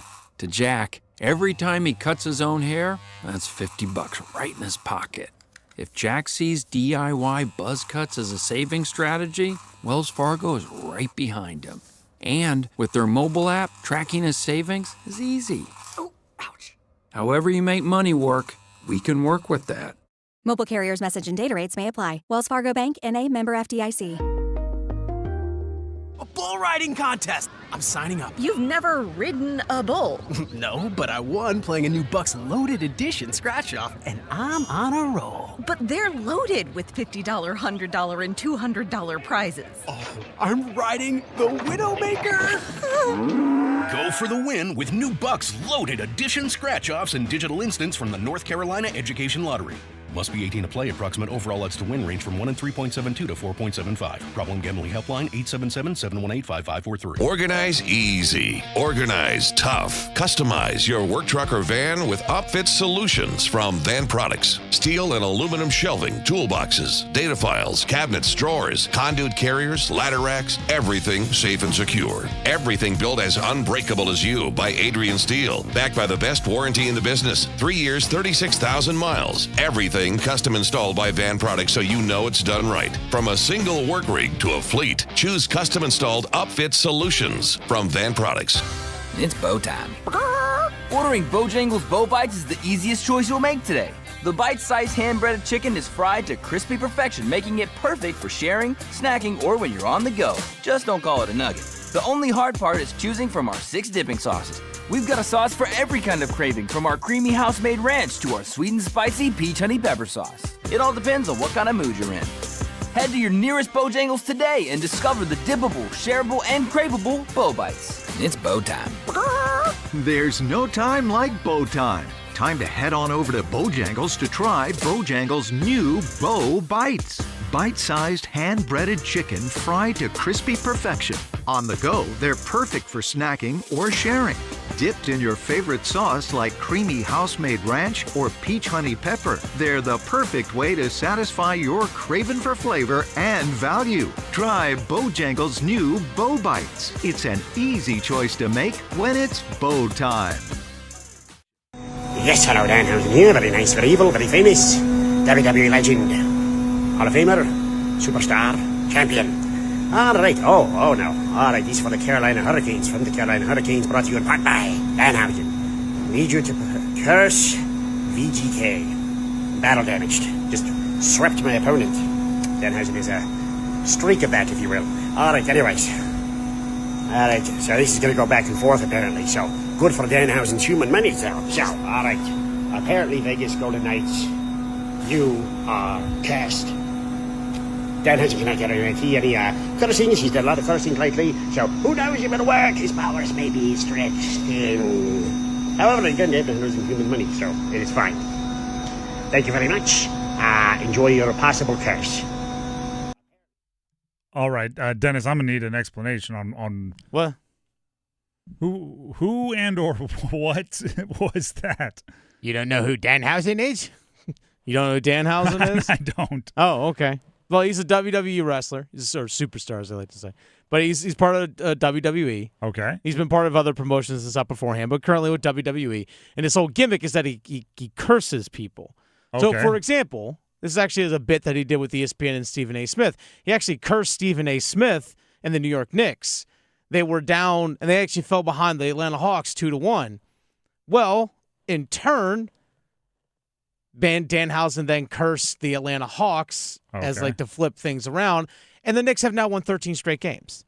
So going into Game 3, someone paid Danhausen to curse the Carolina Hurricanes. It's a money thing. So yes, so but then now he's after Game 3, now he's cursing the Vegas Golden Knights. All right. Yes, you are cursed. Yes, Danhausen. And that's just how he talks. That's his vibe. It's very scary, very evil. Yes. Okay. All right. Learn something new every day. We'll see if it works out. We'll see if the power continues. The Drive with Tim Donnelly, 99.9 The Fan. So here's what's going to happen. We have a cup check in here. I'll tell you who and how and what and everything coming up in a second. But then, there it is. Then it is time for a Monday sound off. So we will open up the phone lines now. Heaster Automotive Group hotline, 919-860-5326. And then while the cup check-in plays, you can line up and get ready for our calls. So the Heaster Automotive Group hotline is open. Call in. Canes talk. Game 4, reactions to Game 3, Brandon Bussi versus Freddie Andersen. What's the move? Let us know all your thoughts. You steer the show, and you could even go to other sports if you want to. Heaster Automotive Group hotline now open, 919-860-5326. While you all call in, it is time for the Cup check-in, served up by Carolina Ale House. Adam Gold talked with former Carolina Hurricane himself, Chad LaRose. Rosie. Let's go ahead and hear that conversation and take a listen. Yeah, what did you think of that madness in the third period? Yeah. I mean, it was awesome. It was good. I was sitting with a lot of Vegas fans were around me, and it was really exciting for me. It was crazy. 39 seconds, 3 goals, a lot of records in that game, so I was happy I was there. I mean, the first record was Mitch Marner's hat trick, 6 minutes and 10 seconds. Also, I think he's the first player to get 4 points in a period of a Stanley Cup final. So we had that one, then the hat trick record. Then the Hurricanes, 3 goals in 39 seconds. That's a record. We had 2 goals pulled back in the second period as well. What did you make of how Carolina played that really put them in that position? To be honest, after the first period, in the intermission, I looked at my girlfriend. I was like, that's a pretty good road period. I thought they played well in the first, especially, a new environment and things like that. And I thought they played well. And then I think on the heels, kind of in the second, in Vegas turned it on. And, the 2 disallowed goals. And then, Mitch went off and, a couple bad bounces, things like that. And next thing you know, you're in one. And, it was good to see in the third to show that how good the Canes are, that, they're never out of anything, It really is remarkable. We thought the 2-goal comeback in the third period in Game 2 was good. And then you come back from 4 down, especially 3 in 39 seconds, just nutty. Am I crazy? I thought Carolina's best, though, was the first overtime. They should have won it. I agree. They were all over them. Vegas had a couple of good chances, and Bussi made some good saves. And then the first overtime they were on it. I was like, this is just going to be awesome. I cannot wait to jump up here when we score. But right. So it was an exciting game, and I think touched a little bit of everything, to be honest with you. All right, your thoughts on Brandon Bussi? And I know my feeling is Rod Brindamore is going to go back to Frederik Andersen. I don't know if there's a right call or a wrong call here. I really don't. I think it's about the guys in front. But what are your thoughts on Bussi and the potential that he does start Game 4? Yeah, I'm with you on kind of, that's their call type of thing. I sat in between the second and third period to some Vegas fans. I said, there's zero chance Freddie comes out and starts the third. And they're like, really? And I'm like, yeah, 100%. Either they're not, if he doesn't feel it, like you got to get some sort of spark, but you're also, if you don't get the spark, you don't want to leave your starter out there to dry. Right. So I don't know. I mean, when I was watching Bussi, I'm like, man, they must be having some hella practices in Carolina for him to be making some of those saves. So to not have any game action in 2 months, but yeah, I mean, I think that's a good thing to have as a coach, right? Knowing that the guy is definitely capable.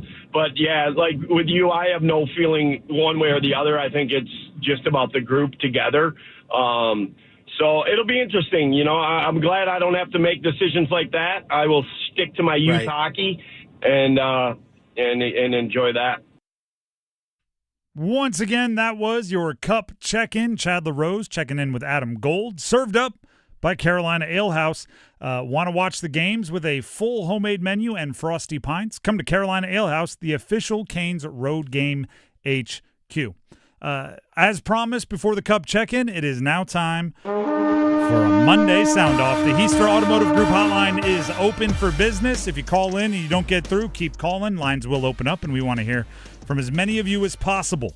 The phone number, 919-860-5326. And leading off for us today, Bob and Selma. Bob, welcome to the show. You want to sound off on the Canes, and we want to hear it. Yes, sir. How you guys today? Doing well. What do you got? Real quick note. I was actually going to bring up the Dan housing thing because I'd seen it, kind of chuckled about it on Facebook that people were setting up GoFundMes to help pay him off. And I'm like, guys, we can hire a hitman for what he's asking for and get that taken care of. But on another note, what do you think about us possibly going after Larkin and moving Stankoven back over to his wing position and bringing in a true star center for us to kind of spark offense? All right, Bob. I appreciate it. And look, I guess everybody knew about the what is his name? Dan Curse. Except Dan for Housen, sir. Except for me. So respect his name. Apparently, I'm the one in the dark there. So thank you very much for the call, Bob. As far as Larkin goes, my gut instinct here is to tell you the Canes are still playing. We'll worry about the offseason when we get to the offseason. My more thought out is I guess the reports were out there today that Dylan Larkin he has a full no trade clause this year and next year. And he has given Detroit 3 teams that he'd be interested in going to. The Canes aren't one of them. It's Vegas, it's the Florida Panthers, and it's the Minnesota Wild. So one thing we've learned over the last 2 years for the Canes is those that want to be here are here, right? They're very big on protecting that. Like, nobody is forced to be there. Everybody is signing long-term contracts. They're not worried about team-friendly, player-friendly contracts. So if Larkin isn't putting the Canes near the top of the list on teams he wants to go compete and win a cup for, I don't think they'll call because Eric Tolsky calls on everybody. But I just don't know if it'll happen because you're going to have to pay up a lot to get Dylan Larkin. A lot. Let's go to Edward and Wendell wants to sound off on the Canes. Edward, you are up next. We want to hear from you. The floor is yours. I think Game 3, I think Bussi, we need to start him for Game 4 off of Game 3 performance. Okay. I mean, Freddie started probably how many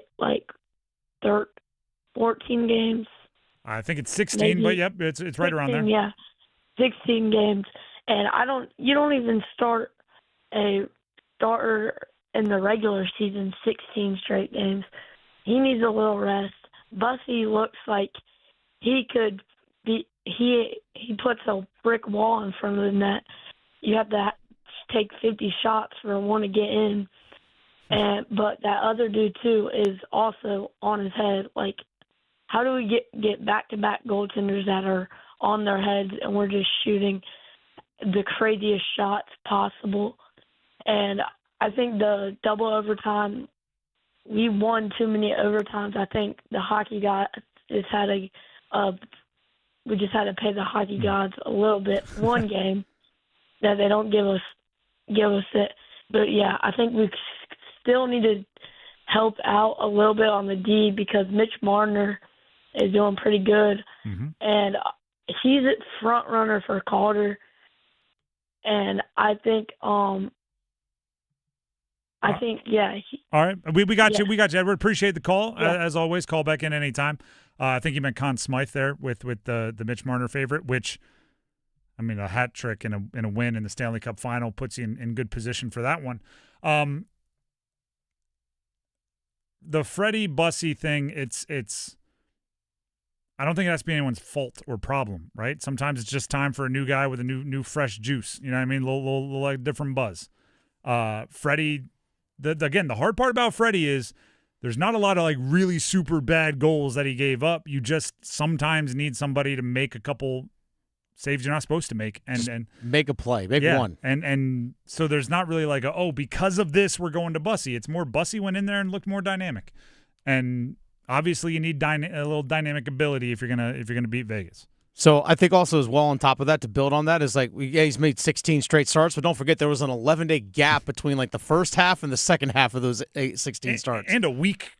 Also as well, yeah. The first series and second series. So it's not apples to apples with the regular season at all. Yeah. The Drive with Tim Donnelly, 99.9 The Fan. Next up here on our Monday Sound Off on the Heaster Automotive Group hotline is Steve in Apex, also wants to talk Canes. Steve, welcome to the show. Go ahead and sound off. You know what? The young cat that just went off, I agree with about 99% of what he just said. And here's what I want to throw at you. Okay. The reason I would start Bussi, too, not that I have anything against Andersen. I love Andersen. But I noticed with Freddie Andersen, sometimes it's like being in a cow pass. If you accidentally touch the fence, you kind of get a little jittery. Mm-hmm. And here's why only reason I would do this, and I want your opinion on this. I would start Bussi for the simple reason, fresher eyes, quicker reflexes for right now. It doesn't mean that, in the next game I wouldn't go right back to Freddie. But just for this game that we absolutely got to have, he's more fresher. That's just my opinion. I noticed that he seemed to follow things a little bit better, the puck and everything. He ain't little, and like I said, I love Freddie, and I'm not saying get rid of. I want to go with him the next game. But this particular game that we got to have, I'm kind of think, Bus is just a little fresher eyes right now. He can see a lot more. Just seems that way. I'm with you on a lot of that. Steve. Obviously, there are more than one way to play goalie, right? So there are more than one ways to play goalie. Some are more about just always being in the right position. Some are more athletic and trying to react quickly. So I'm not going to pretend like I have any kind of super insight into goalie strategy because I never played, never coached, never did any of that. But to a very layman on goalie experience, watching them, it was a different energy and it was a little bit more aggressive from Bussi. And that's not even aggressive like reckless. He was more aggressive to cover pucks. He was more aggressive to deal with rebounds. It was just a little bit more of that, and I liked it. So that's why I would go back to Bussi. Not saying Rod will or won't, but that's what I think. Let's go to David and Dunn next up on the call-in line. David, welcome to the show. Go ahead and sound off. How you doing today? Doing well. Happy to hear from you. What do you got? I'm a first-time caller. Okay. And welcome. I need your opinion on something. I've been watching this, and in the third period, we just go crazy and we come back. Well, what have you seen? And I don't know what it is. There's got to be some reason that from the first period to the second period, we don't start the first period like we're starting the third period. It just doesn't make a lot of sense. Well, first of all, welcome to the show. Thank you for calling in. Love a first-time caller. I think you're asking a question that if I or you or Dennis or anybody had the answer to, we could be the highest paid coach in the NHL. It's mental, it's physical, it's schematic, it's I don't know. But you're darn right. I wish we could get the Canes playing the way they play once they're down multiple goals, because it's been obviously awesome since they've done that this series. So I'll try to come up with more for you here, David. But thank you very much for the call, and call back in anytime. It was a good first one. Thank you. I do you don't want a team being reckless in the first period. And I actually want to be clear on this. The last 2 games, the Canes have played, I believe, the better hockey in the first period. It's been the second period where the wheels have come off. And if you could somehow package or bottle whatever feelings they're getting or whatever urgency or desperation they're thriving on halfway through the third and make them feel that in the second period, this series would be dramatically different. But also remember, Vegas is a part of this, right? Perhaps they're going a little bit more conservative, and that's giving the Canes the room to get the momentum. It's if I had this answer, I would be not on air. I'd tell Dennis to take it for the next 20 minutes, and I'd go get on the phone with somebody that could get me to Rod Brindamore, and I'd tell him. And he would not listen to me because he doesn't trust my hockey opinion as he shouldn't, but I would feel like I did my duty. That's what I would go with. Let's go back to the call-in line. How about Adam in Raleigh next up on a Monday Sound Off? He wants to sound off on the Canes. Adam, welcome to the show. Go ahead and sound off.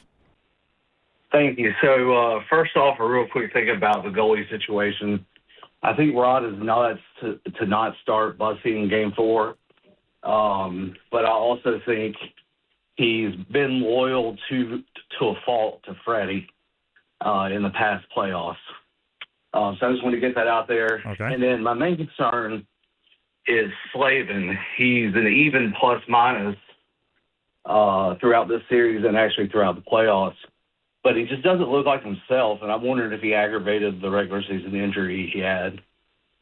Okay. I appreciate the call, and we'll do our best to answer that. We don't know on injuries, right? The NHL is extremely tight-lipped on their injuries, right? Which is why we only get things like lower body or upper body, right? We don't get the specifics that we get with other sports. With that being said, right after a season ends, we do usually get, so-and-so is going in for a cleanup procedure. So-and-so has been dealing with this and that. So maybe we'll hear something about Slavin. I do want to point out that if he's plus-minus is 0 this postseason, he did have a -4 in Game 1 against Montreal. Yeah. And that was and is, I believe, a fluke. That's so in games that weren't ridiculously bad for his, career worst postseason plus-minus, he's a +4. So it's a little different there. But it's tough to be unbelievable every single postseason game. I mean, he's even in this series, which with the matchups that he's going against on a consistent basis, that's pretty good. I don't want to let him off the hook because I do think we should have ridiculously high expectations for Jacob Slavin because he's ridiculously good. But I haven't thought he was injured at any time watching this series. There are players who I watch going I wonder if we're going to hear something as soon as this season's over. Slavin hasn't been one of them. So we'll see how it plays out. He needs to be great moving forward.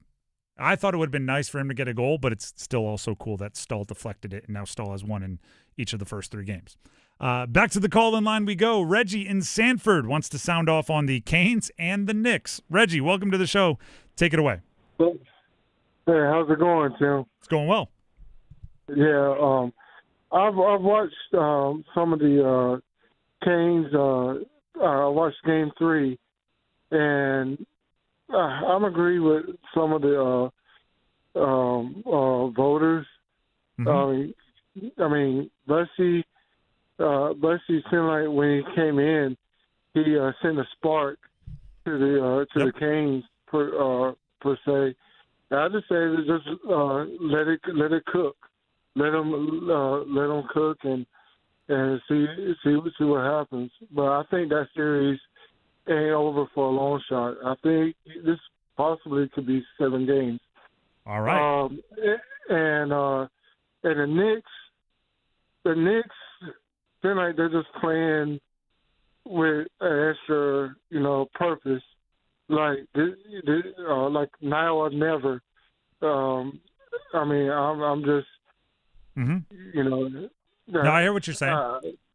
So I think the Knicks probably gonna win that series. Okay, all right. I appreciate it, Reggie.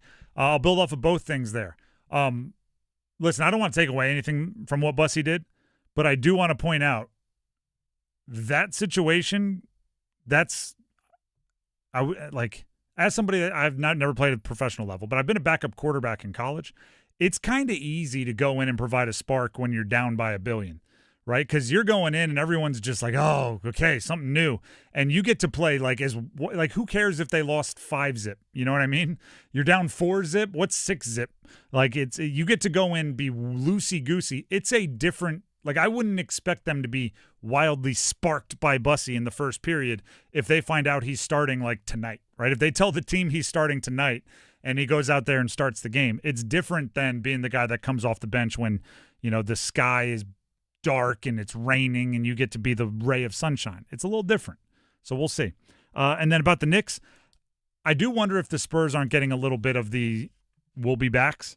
You need to be reminded that Russell Westbrook never got back.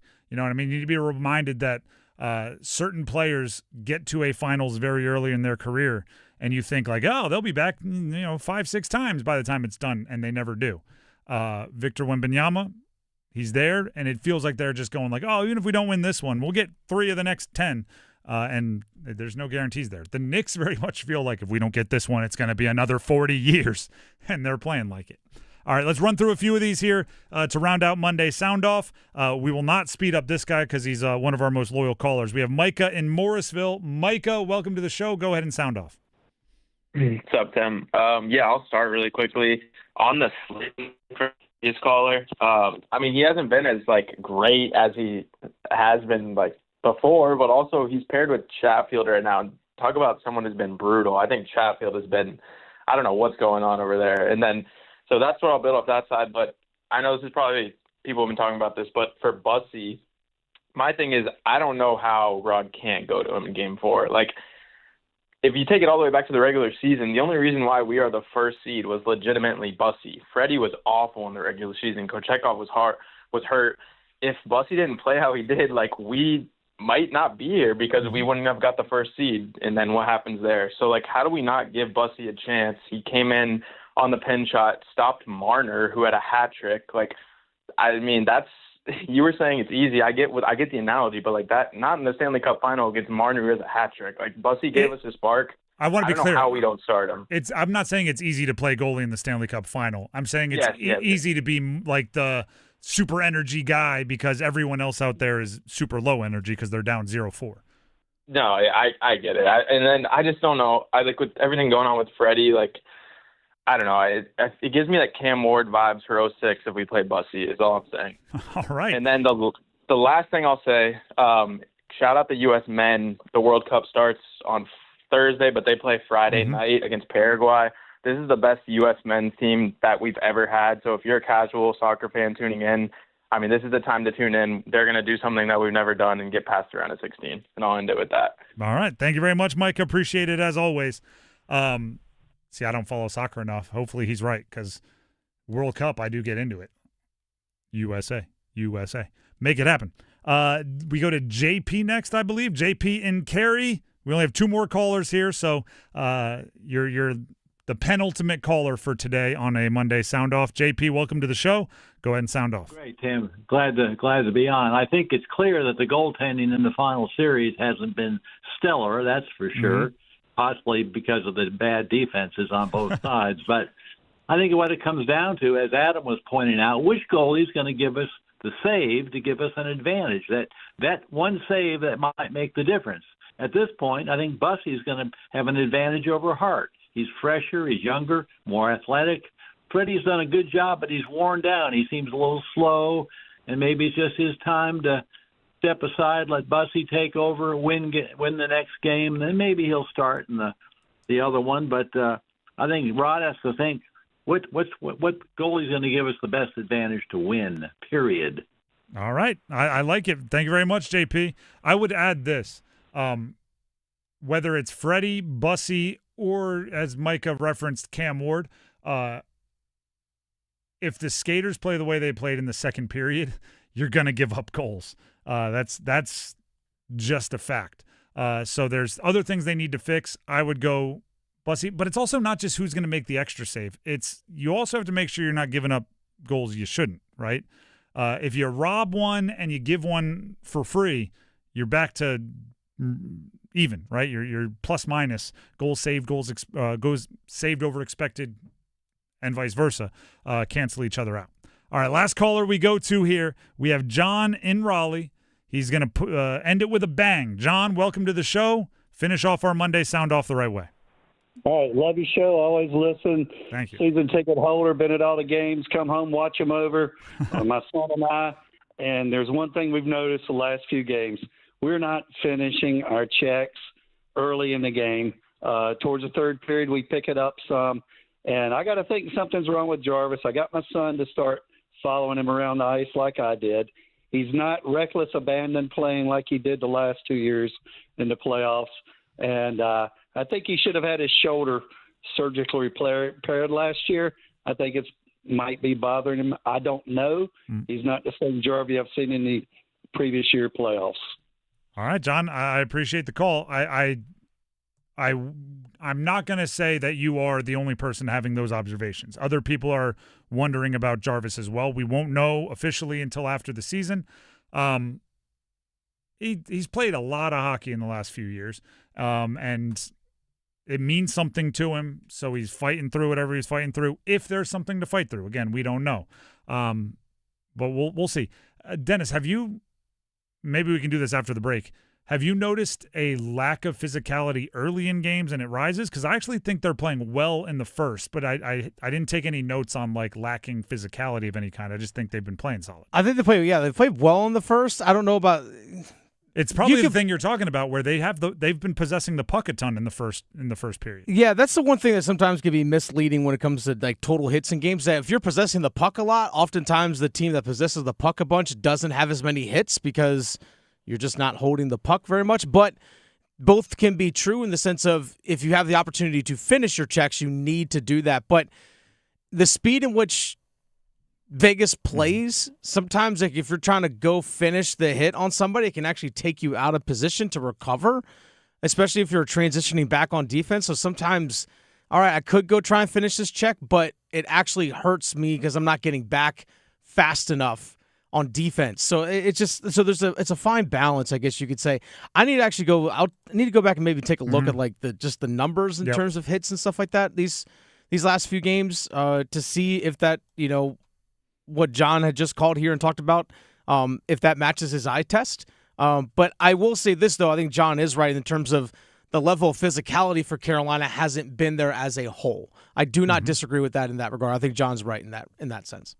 The Drive with Tim Donnelly, 99.9 The Fan. We will be back to talk more Canes versus Vegas and more Game 3 craziness in just a second. But first, Dennis Cox has a message for you. I do. Dennis Cox here real quick. For Loan Pronto, folks, credit card interest rates, they're crazy now. They're over 29% in a lot of cases, and most people are only making the minimum payments, so they're getting nowhere. But here's what many homeowners don't realize. Using the equity in your home, you can easily access hundreds of thousands in cash. With Loan Pronto's Rapid Equity Loan, you can pay off your credit cards, your existing HELOC, your car loans, or maybe get money for that home improvement project. One client just got $100,000 approved, and they saved over $1,500 a month. And here's the best part. With Loan Pronto, you can do it all from your phone with zero out-of-pocket, no hard credit pull up front, no appraisal, no long drawn-out bank process, and no touching your first mortgage. Rates are at near 3-year lows, so act now. Go to loanpronto.com and see how much you can get in about 60 seconds.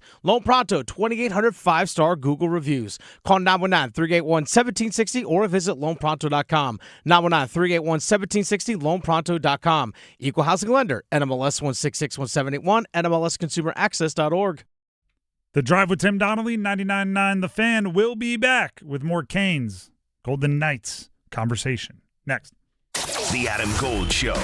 I've never understood why the general public cares a lick about television ratings. Unless you work for the networks or maybe the league. Who cares if people in Winnipeg or Los Angeles or Miami are watching or not? Let them do what they want. We've got the Stanley Cup Finals. We got two of the best teams in the sport. Let's have at it. The Adam Gold Show, weekdays starting at noon on 99.9 The Fan.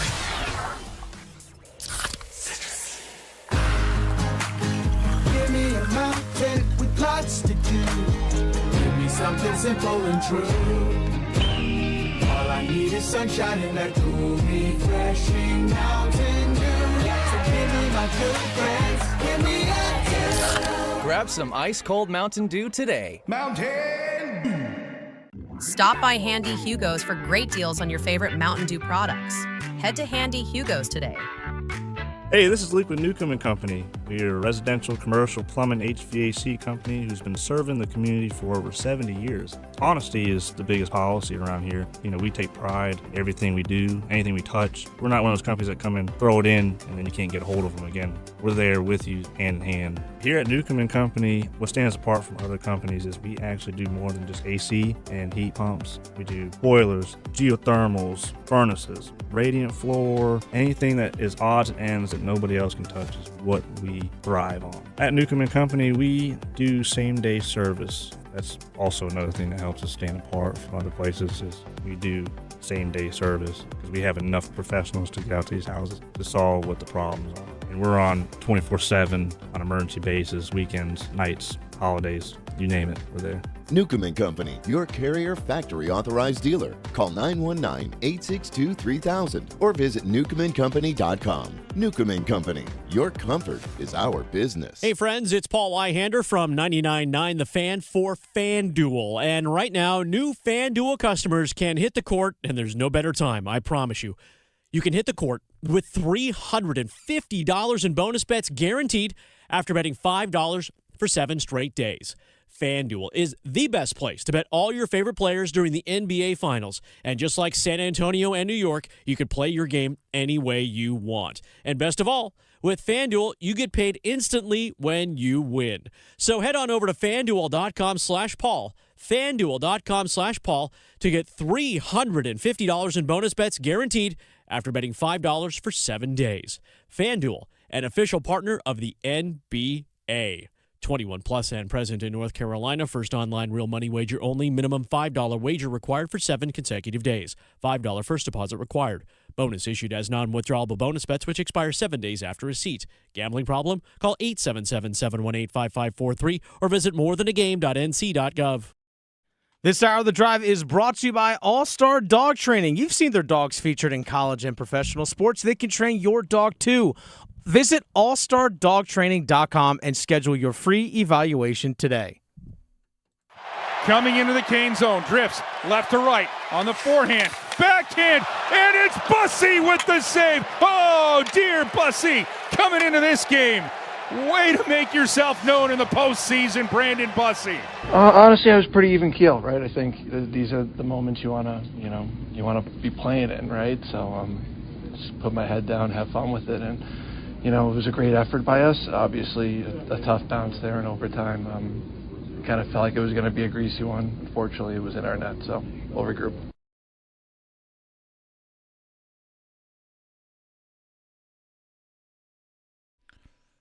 The Drive with Tim Donnelly, 99.9 The Fan.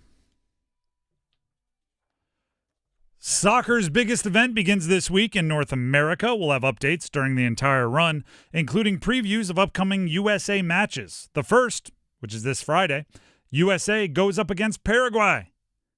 Our coverage of soccer's biggest event is presented by the North Carolina Courage and Wake Orthopedics. So here's the deal, everybody.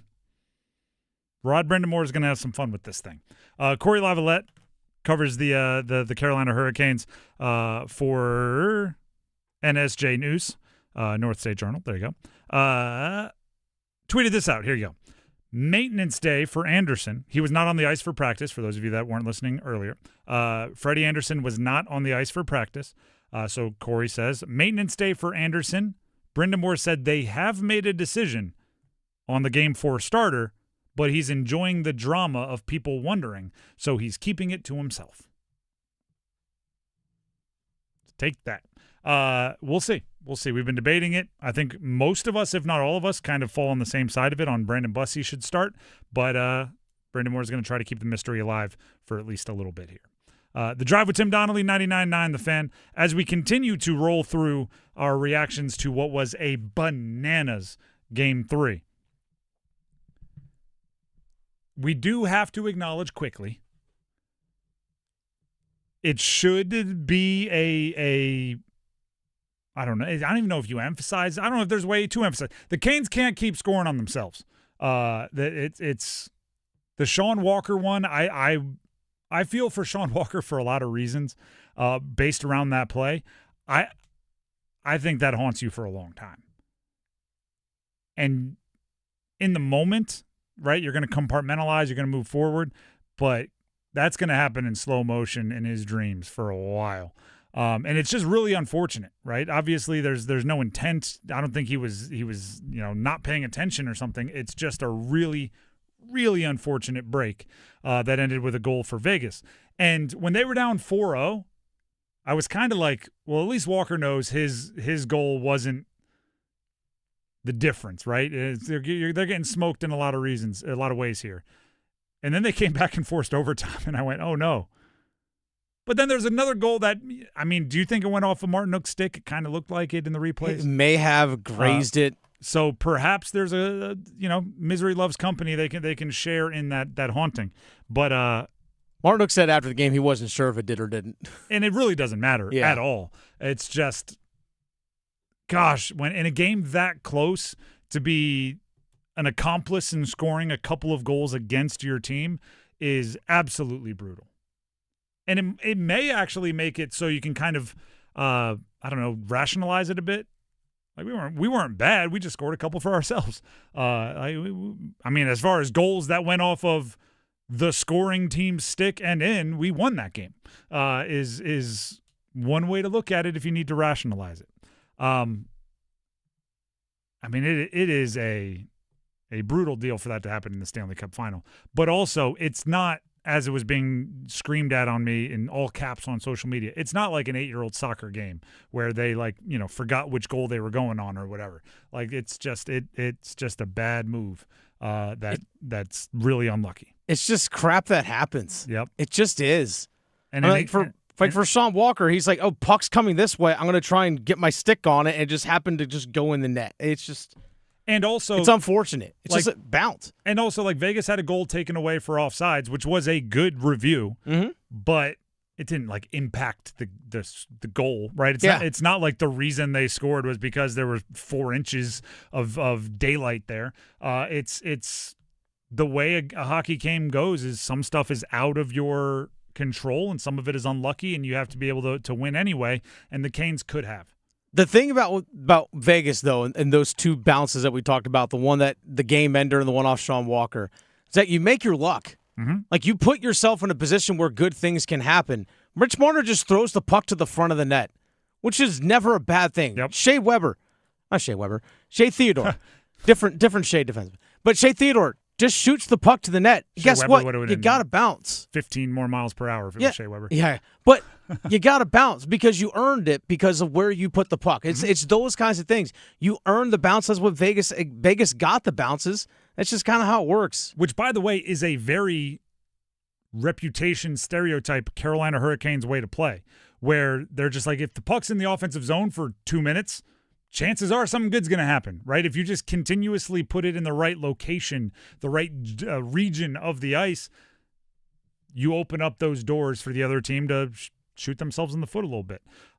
Canes should continue doing it, which, by the way, I thought that's why, and you heard it in the Cup check-in with Chad LaRose, it's why I was in the first period of overtime. It felt like just keep doing what you're doing and something good's going to happen because they were tilting the ice in their favor. They were playing really well, and it felt like, I don't know if Jarvis needs to pinpoint a one-timer here. Just keep keeping it in that region of the ice, and something good's going to happen. And it just never ended up happening, and then we know what happened in the second overtime. But it is It's good business not to score on yourself if you can avoid it. To be Captain Obvious over here.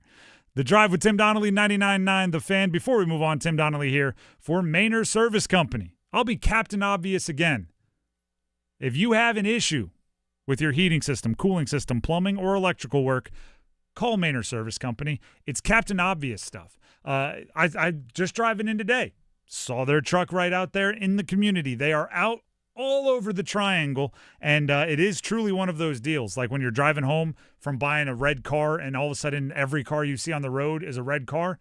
As soon as you notice the Maynard Service Company logo, you are going to be flabbergasted at how omnipresent they are. They are everywhere in the triangle because they have a exceptional amount of exceptionally highly trained technicians. So once you call Maynard Service Company to fix something once, you call them again and again and again and again and again because your experience is so enjoyable, which is crazy to say because nobody enjoys having a plumbing problem at your house or having an electrical issue at your house. Those are the worst. But Maynard Service Company deals with it quickly, affordably, and they do a high-quality job so it's not popping up its head over and over and over again. Right? It's not a stopgap. It's not a Band-Aid. It is solved. Maynard Service Company, heating systems, cooling systems, plumbing, electrical work. Anything going on in your house, give them a call. 919-361-0993. That's 919-361-0993. Or visit them online at MaynardServices.com. That's MAYNOR Services.com. We'll take a break when we come back. Time for the starting five. Don't go anywhere.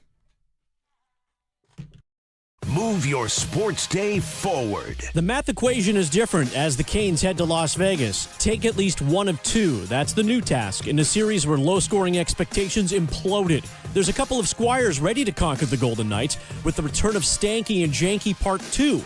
It's a good thing they arrived as reinforcement. Otherwise, the series math wouldn't have added up. Get set up. Join Next Up with Paul Ihander. Mornings at 9 on 99.9 The Fan, the Triangle Sports Leader. It's bow time. Ordering Bojangles Bow Bites is the easiest choice you'll make today. The bite-sized hand-breaded chicken is fried to crispy perfection, making it perfect for sharing, snacking, or when you're on the go. Just don't call it a nugget. The only hard part is choosing from our 6 dipping sauces. We've got a sauce for every kind of craving, from our creamy house-made ranch to our sweet and spicy peach honey pepper sauce. It all depends on what kind of mood you're in. Head to your nearest Bojangles today and discover the dippable, shareable, and craveable Bow Bites. It's bow time. There's no time like bow time. Time to head on over to Bojangles to try Bojangles' new Bow Bites. Bite-sized, hand-breaded chicken fried to crispy perfection. On the go, they're perfect for snacking or sharing. Dipped in your favorite sauce like creamy house-made ranch or peach honey pepper, they're the perfect way to satisfy your craving for flavor and value. Try Bojangles' new Bow Bites. It's an easy choice to make when it's bow time. I'm very honored by this award, and I always just try to work really hard in school and soccer, and it's nice to be recognized with something this special. The Coastal Scholar Athlete of the Month from 99.9 The Fan and Coastal Credit Union. To nominate your athlete, text AWARD to 919-860-5326. Some of life's most meaningful moments are in summertime. Anniversary dinner, weekend getaway, sunset toast to another beautiful year together. Celebrate your story with a gift as timeless as your love from Bailey's Fine Jewelry.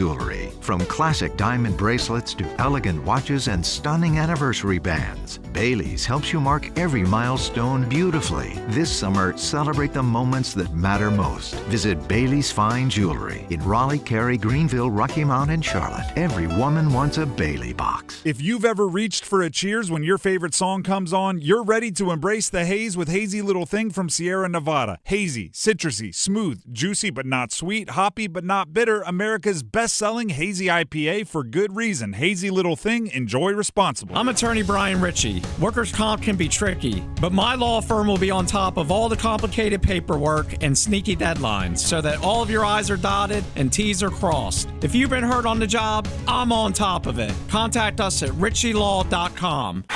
Broadcasting live from the Eagle Leasing Storage Studio. WCMC HD1 Holly Springs. 99.9 The Fan. The Canes light the lamp here.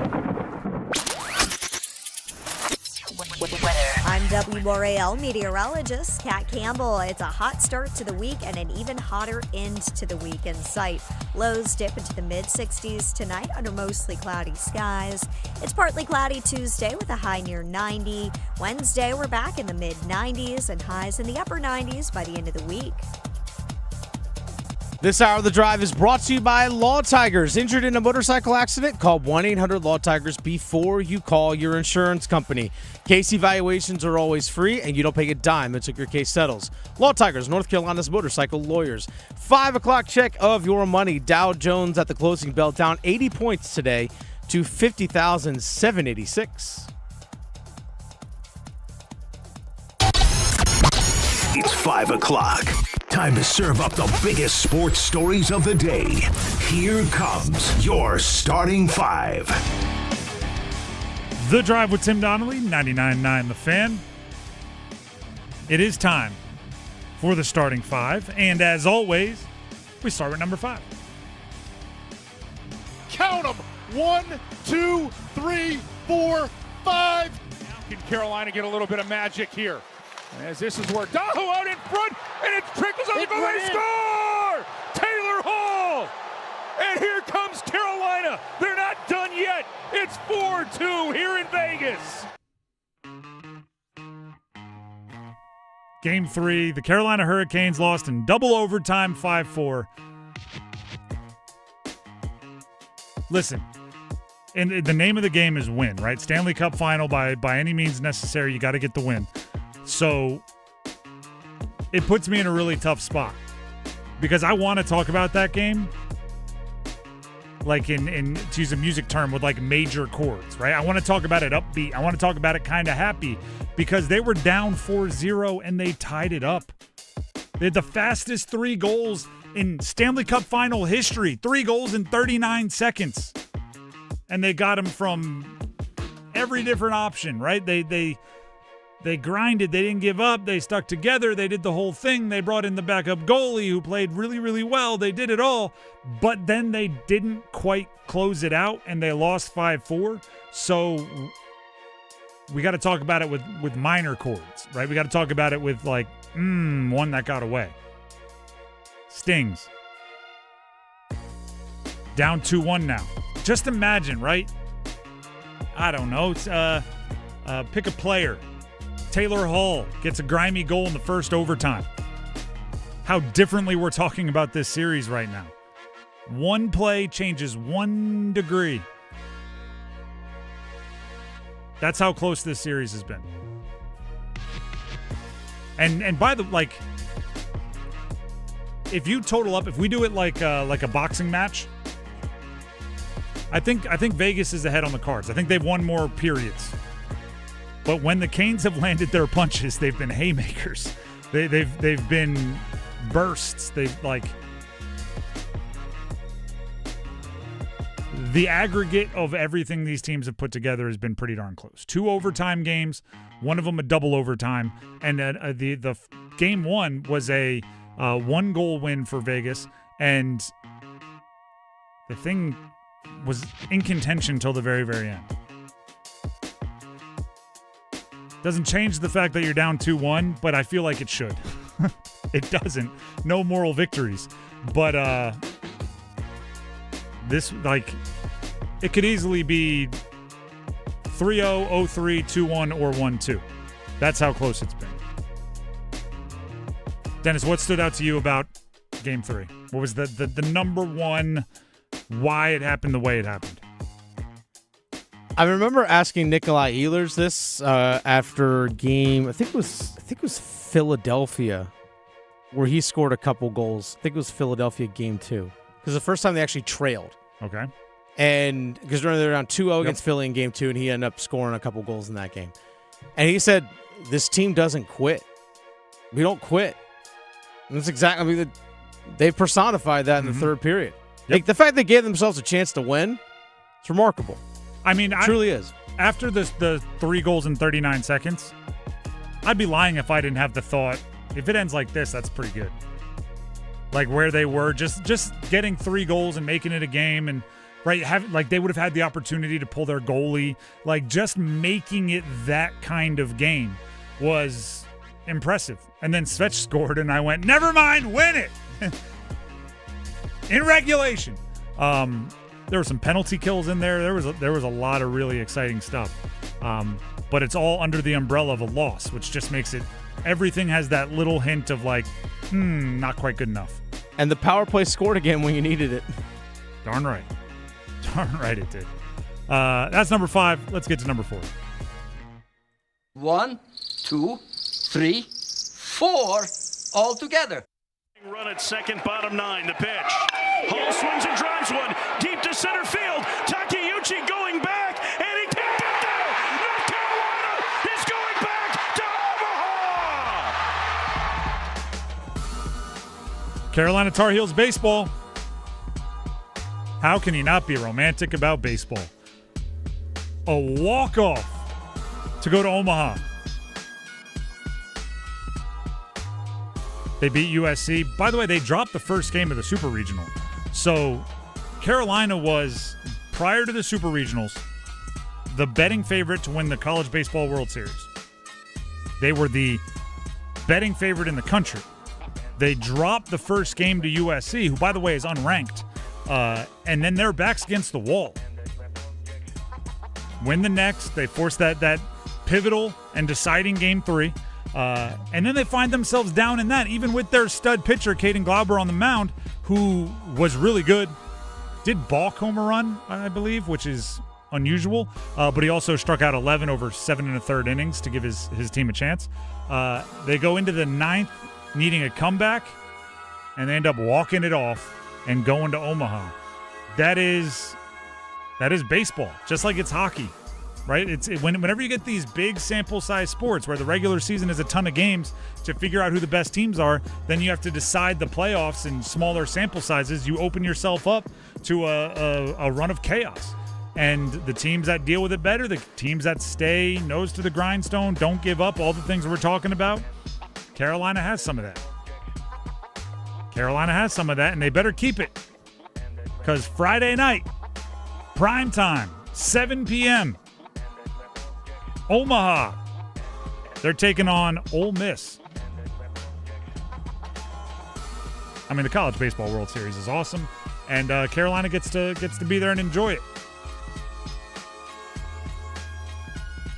I assume. I haven't checked today. I assume they're one of, if not again, the betting favorite to win the College World Series. I'll get research on that. There you go. If not the favorite, they're one of. They're a really good baseball team. That is number 4. Let's get to number 3.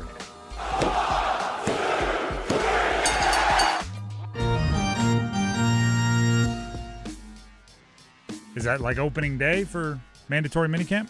No. Am I? Oh no, I know what we're doing. Yeah. My bad. I forgot about the big news in baseball. WRAL. By the way, I encourage you to check out the article. Written by Brian Murphy, sports investigative reporter, and it's up on WRAL now. Mark Lazary and his Avenue Sports Fund, which is already like hundreds of millions, if not billions of dollars invested in ownership and minority stakes in professional sports teams across a bunch of different sports. Well, he has, in an exclusive interview with WRAL, he wants to be an investor in Raleigh and what they can do with Major League Baseball. Yes, another billionaire has attached his name and attached, hopefully, and it looks like he is, his financial backing to bring a Major League Baseball team to Raleigh.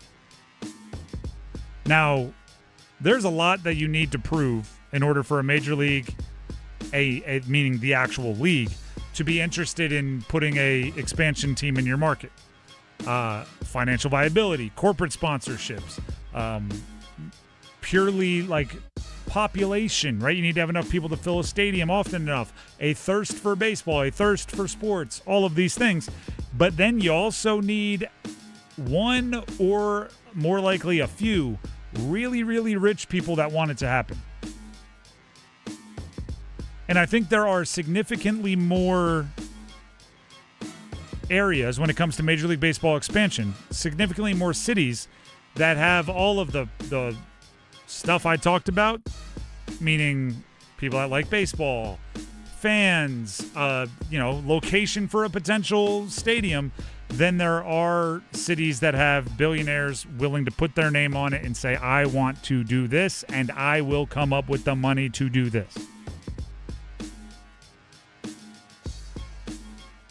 He has been, at times, a 25% stakeholder in the Milwaukee Bucks, which he sold when the franchise was valued at $3.5 billion. You can do math on that one.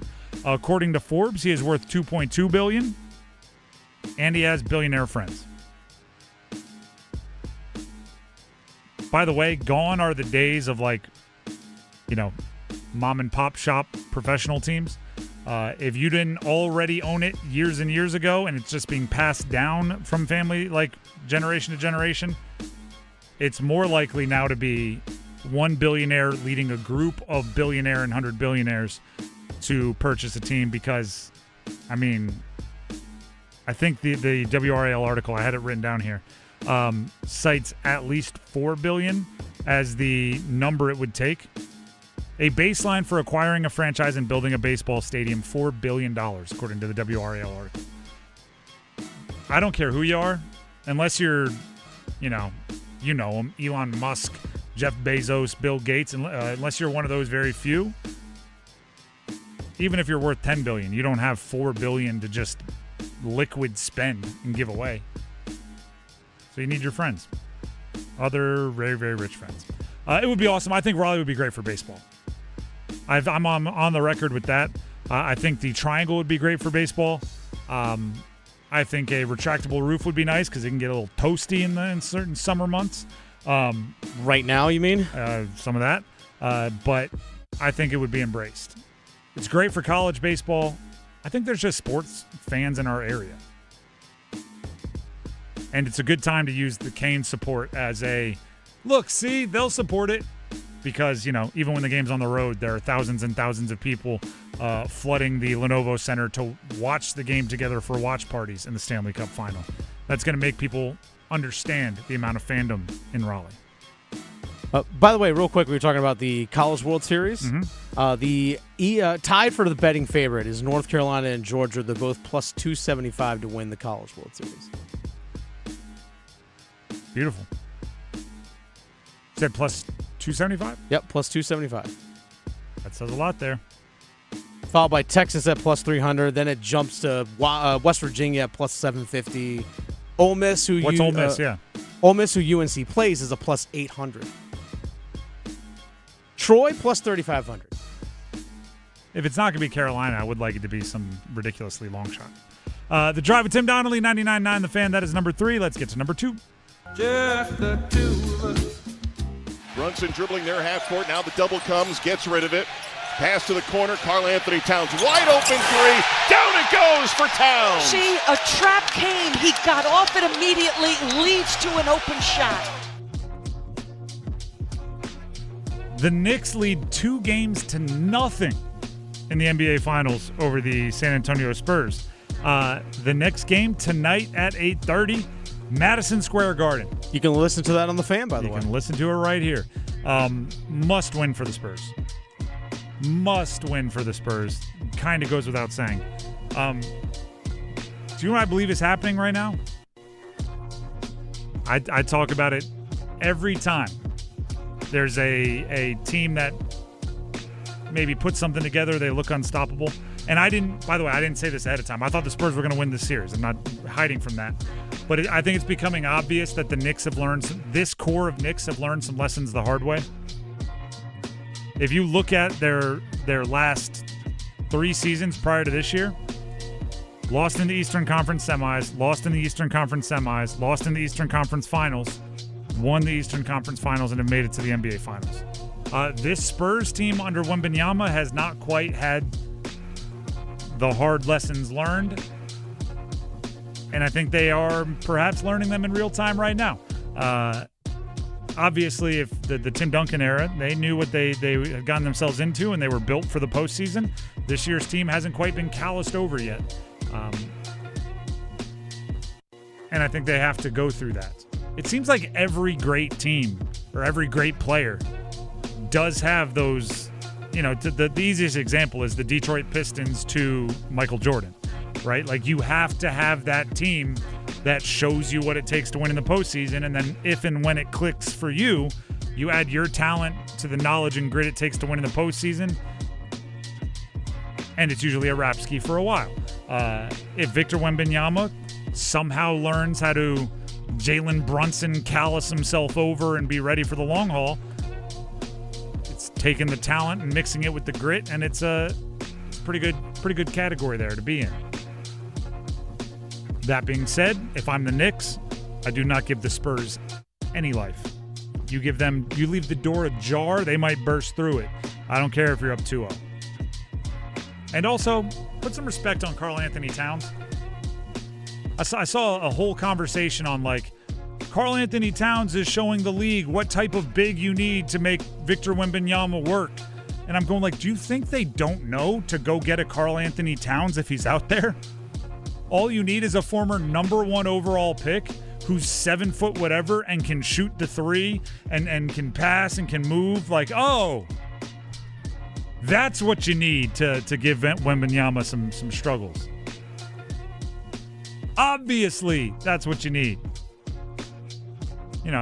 Usain Bolt has showed other countries what type of sprinter they need to win the 100-meter dash. Oh, yeah, the 6'5" guy with quicker feet than everybody else. We were looking in the wrong spots. Like, put some respect on Karl Anthony Towns. He might not be an MVP, but he's an all-NBA guy at his best. Those don't grow on trees. Matter of fact, you could say they grow into trees sometimes. That's number 2. You can hear it right here, 99.9 The Fan. We said that, but I want to remind you. NBA Finals, Game 3 tonight, 8:30, again, here on The Fan. That's number 2. Let's get to number 1. Go on! On the right side, third row, Corey. Not uncommon for you to give Freddie a day off in these situations. Have you made any decisions yet on where you'll go with that? Yep. I think we'll keep it quiet. There's only suspenseful thing around here that I have to hold on to. So it seems to have taken a life of its own, so I kind of enjoy it. But yes, it was a maintenance day for him. Can you pass the mic ahead, please? That's Rod Brindamore on the goalie's decision. I love that. I would do the same thing. I would even wink while answering it or something. I would make them think but you know what I mean, and not have them know what I mean at all. Yeah. I'd say oh, let me just say this. I'm not going to tell you exactly, but QRST. I remember and then see people like QRS. What does that mean? I would be messing with them because why tip your hand? By the way, they are they're different in style. They're different in handedness. They're different in a lot. They're different in a lot of ways. I think it's ridiculous and you see it with a quarterback injury. If you have a 6'4" immobile pocket passing quarterback and your backup is a 6'3" immobile pocket passing quarterback and you're I'm not going to name a starter till game day. I'm do you think they're preparing differently? But if you have Joe Flacco backed up by Tyrod Taylor, a little different. Then I'm yeah, keep that close. Make the defense prepare for both. A guy who is gigantic, big arm, and a guy who is small and fast. Make them prepare for both. These are different goalies. So I'm all for Rod Brindamore getting, even if it's 1% of confusion by Vegas. I think it's a good move to play it close to the vest. Even though we all have our suspicions on who it's going to be, make them wonder just a little bit. I remember back in 2023 when Carolina was playing the New Jersey Devils in the playoffs. And New Jersey was it was Lindy Ruff was their head coach at the time. He's now the head coach of the Buffalo Sabres. He was flip-flopping back and forth. It was a Kira Schmid and one other person. I forget who it was off the top of my head. But he was kind of flipping back and forth, maybe even Jacob Markstrom. But anyway, it was flipping back and forth between goalies and stuff. He had one goalie pulled during a game and came back in. I actually asked him in the postgame, do you plan on starting Schmid next game? He just kind of half smiled and stared at me. And a couple of the national media people looked at me wow, the cojones on you to ask that question in a post game. I'm what? I ain't going to ask him like tomorrow. I'm going to ask him right now. And he just stared at me and just goes, you think I'm going to answer that right now? I said, it's worth a shot. Yeah. And it's literally what he said to me. I was like, it's worth a shot. And coaches have their different reasons. Sometimes if they feel like a confidence is wavering or something, they will put their foot down and go like, we are rolling with our starter. That's our guy. And they do that to build their confidence. But Freddie and Bussi, well, first of all, Freddie's been through everything, right? The over his career, injuries, hot streaks, cold streaks, replaced, being the guy that does the replacing. He's been through everything, so you know he's fine mentally. Bussi has shown an incredible ability to block out the noise and just go play. I think with what he's gone through this season, a lot of guys would have gotten big-headed. A lot of guys would have had their heads spinning too much, and he's been remarkable with his ability. So with Rod confident in their mentals, yeah, if you can get, I don't care, 0.1% of some kind of an advantage, I think you keep it. With that being said, I think you go with Bussi. I think, like he said, he's made the decision. I hope the decision he's made is Bussi. I would not be surprised if it is Freddie, because of kind of Rod Brindamore has always been loyal or given his guys that the vets every opportunity. So perhaps that's what he's thinking. I would go Brandon Bussi, and I hope it's Brandon Bussi, and I wouldn't be surprised if it's Brandon Bussi either. I think there's arguments on both sides. Dennis, do we have you said you would go Brandon Bussi. I said I would go Brandon Bussi. Can you update on the poll that we have in our YouTube live stream comments? Yes, the YouTube live chat. As again, we have a poll question up there. Which goalie are you going to start in Game 4? The question, I'll say it as is. Which goalie should start Game 4 for the Canes? Freddie or Bussi? 88% Brandon Bussi. That tracks. That's what I would expect. And someone said the 12% that voted for Freddie are Knights fans. But I did hear Adam say this, and I thought it was funny. Adam Gold. I think it was Adam that said it. That Carter Hart was the third best goalie in Game 3, which goes to show that it's not like Freddie was horrendous. It was a horrendous from everybody in the second period. Dennis, give me the devil's advocate. Right? If it is a decision, and if Rod did struggle with it, or if they went back and forth, what was the argument for Freddie Andersen to start Game 4? I can see the argument for him starting is the fact that look at the goals that were allowed. The own goal that was allowed. You also had a terrible clearing attempt by William Carrier that just gave the puck back to Mitch Marner, where he ends up scoring again. And also the very first goal, the power play goal, was just you left the dude wide open in front and he roofed it inside tight. It's just not much, unless Freddie makes a tremendous, miraculous save there. It's just you have a guy wide open in front of the slot. I mean, those are the first three goals given up, and then Marner on that slap shot coming down. It's like, well, it's not on our goaltender. The guys in front of him aren't playing well enough. So how much are you going to put on a goalie when the guys in front of him are just giving up these grade A chances constantly? So that's the argument. That's 100% the argument. I agree. And regardless of who gets the start between the pipes, they're going to be way better in front of them. That goes for both, right? And you wouldn't want to put Bussi in that situation. First career postseason start, if you play in front of him like you did in the second period against Vegas in Game 3, that's not a situation you want anybody. New goalie, inexperienced, experienced. It doesn't matter, right? You're going to have to play better in front of him, take away angles, let him see what's going on. And then on top of that, there's a bunch of other stuff you got to do, like score goals, like not come out in the second period, a shell of what you put on the ice in the first period. How about this? You play well in the first period, get something for it. I think that's an underrated part of the last two games. I think that, we're all comfortable saying they played better in the first period and then the wheels fell off in the second period. In neither game did they come out of the first period leading, right? If you play well, if you dominate puck possession, if you tilt the ice in your favor, get something for it, right? Don't just get positive momentum. Get a lead. Get a multi-goal lead. And then don't do what every multi-goal lead does in this series. Keep your foot on the gas and find a way to hold it. That's what I'm saying. The Drive with Tim Donnelly, 99.9 The Fan. We do need to grab numbers game contestants. But first, Miller Lending. Tim Donnelly here for Miller Lending. Miller Lending offers a no-cost loan. But I want to be clear here. They offer a no-cost loan. They also are a lender that can go out and find the best rate for you, right? It's not as if they're giving up another part that you think of when you think of a great lender in order to be experts at this no-cost loan, this no closing cost loan that they are the home of. Instead, they do everything great that all of the other lenders claim to do great, and then also are the home of the no-cost loan. They are doing everything and more for you. And because of that, if you locked in your rate at the top of the market, you may be able to refi, no cost, no fees, no hidden surcharges. Just get yourself that lower monthly rate, lower monthly payment. And if you're looking for a mortgage, a no-cost loan can let you keep some of that money in your pocket that you would normally earmark for closing costs. If you're interested, give them a call. Here's the number, locally owned, by the way, so you'll be talking to someone right here in the Triangle. 919-447-3377. That's 919-447-3377, or visit them online at millerlending.com. Once again, that's millerlending.com. Miller Lending is an equal housing lender, NMLS number 250-2146. We'll take a break, but first we need numbers game contestants, and we got a pretty sweet prize for you. The winner of the numbers game today will win a pair of tickets to see Hank Williams Jr. at Coastal Credit Union Music Park on June 20th.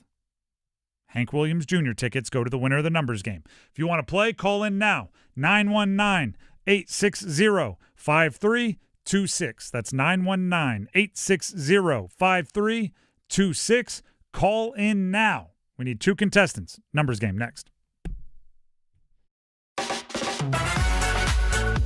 Need more Stanley Cup chatter, Canes fans? Listen afternoons with Adam Gold in The Drive for our Cup check-in, served up by Carolina Ale House. We talk with hockey's best, past and present, bringing you the latest insight on the chase for Lord Stanley's Cup. It's the Cup check-in on 99.9 The Fan, served up by Carolina Ale House. Carolina Ale House is the official Canes road game HQ. Join them for every game during the playoffs. You hear that? That's the sound of Pepsi Zero Sugar. The better tasting, more refreshing Zero Sugar Cola. Listen to that endless pour. If it sounds this good, just imagine how it tastes. So good. Pepsi Zero Sugar. Let your taste decide. Stop by Handy Hugo's for great deals on your favorite Pepsi products. Head to Handy Hugo's today. A bull riding contest. I'm signing up. You've never ridden a bull. No, but I won playing a new Bucks Loaded Edition scratch-off, and I'm on a roll. But they're loaded with $50, $100, and $200 prizes. Oh, I'm riding the Widowmaker.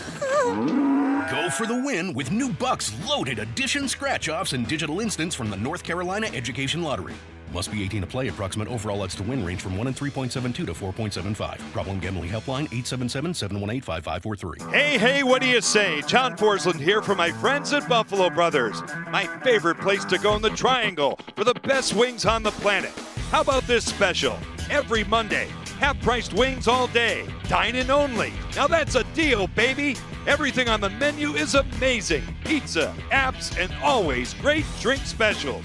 Visit any of their 5 Triangle locations and their pet-friendly patio, too. Online, buffbrothers.com. Aw, man, now I want wings. Is your heating and air system ready for the warmer weather? Call Newcomb & Company to ensure your system is running at peak performance. As a Comfort Contract customer, you'll get priority service and a 15% discount on all HVAC and plumbing service calls and repairs. Newcomb & Company, your Carrier factory authorized dealer, has proudly served our community for more than 70 years, delivering reliable comfort and peace of mind. Call 919-862-3000 or visit newcombandcompany.com. Newcomb & Company. Your comfort is our business. Snapshot from Progressive wasn't created for just anybody.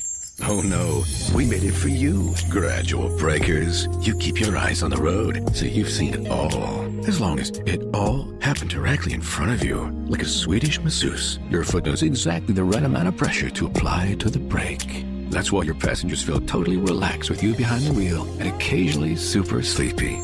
With Snapshot, safe drivers like you get personalized rates based on your driving habits. Sign up today at Progressive.com. Progressive Casualty Insurance Company and Affiliates. Snapshot not available in California or from all agents.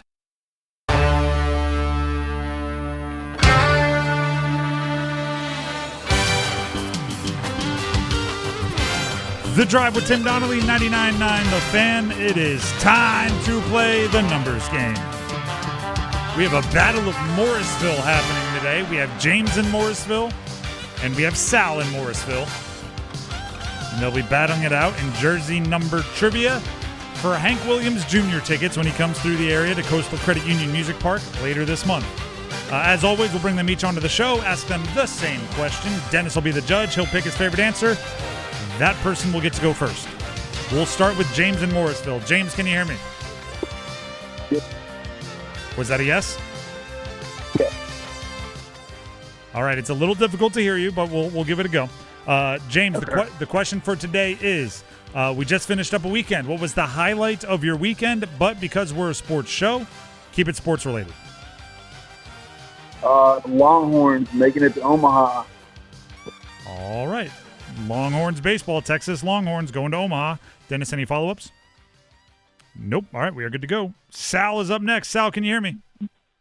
Yes, I can. All right, perfect. Same question to you. We just finished up a weekend, so what was the highlight of your weekend? But because we're a sports show, keep it sports related. Oh, watching the Eagles make it to Omaha. I mean, that was great. After losing the first game, I mean, how could you not love them coming back and winning the next two, especially Saturday? That kid was unbelievable. 2-hit shutout. All right, there you go. Dennis, you get to choose between Texas Longhorns going to Omaha and the Carolina Tar Heels going to Omaha. Well, I have to go for the in-state team. I got to go with North Carolina making it to Omaha on this one. So I got to go with Sal and Morrisville on this one. All but right. interesting, no one said that awesome potential win by the Canes. Potential win. I'm telling you, the game was it's so hard awesome, because it was so fun and awesome to watch and exciting. But with it being a loss, you kind of gotta put on the sour face. Walk off by UNC though. It was a walk off. Walk off by he's UNC. Right. Saturday they did play lights out as well. All right, so Sal will get to go first. James, you'll have your chance. Just have to sit on hold for a minute or two. Sal, are you ready to pick a category?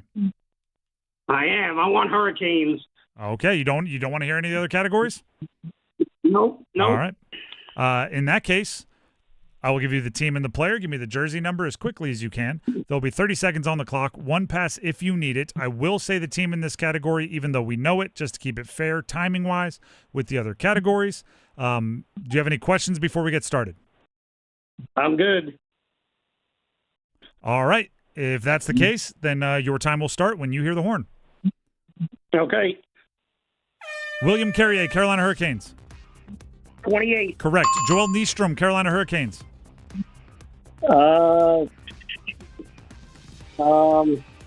Pass. Aaron Ward, Carolina Hurricanes. 4. Correct. Craig McDonald, Carolina Hurricanes. 59. Incorrect. Nicholas Waugh, Carolina Hurricanes. 58. Correct. Joel Nystrom, Carolina Hurricanes. Did 3? Is that what we got there? 3. All right. Somehow I lost track. 3 out of 5 is the number. So congratulations. You'll sit on hold, see if that holds up. For those of you playing at home, Nystrom 64. Craig McDonald, we would have accepted 12 or 31. Those were the numbers we were looking for. By the way, Nicholas Waugh, that's a good pull there. 58 with the clock winding down. Yeah, it's a good pull. So Sal has 3. We'll see if James can best it. James, can you hear me? Yes, sir. All right, the categories remaining for you to choose from are NFL, all-time Carolina Panthers, Major League Baseball, guys who have gone yard 3 times in a single game, or NBA players that played in the 2026, that's this year's playoffs.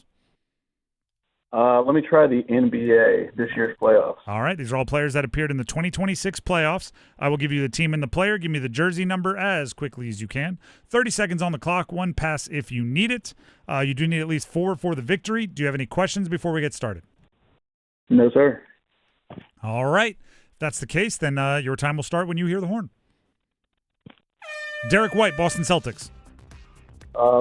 9. Correct. Jose Alvarado, New York Knicks. 34. Incorrect. Harrison Barnes, San Antonio Spurs.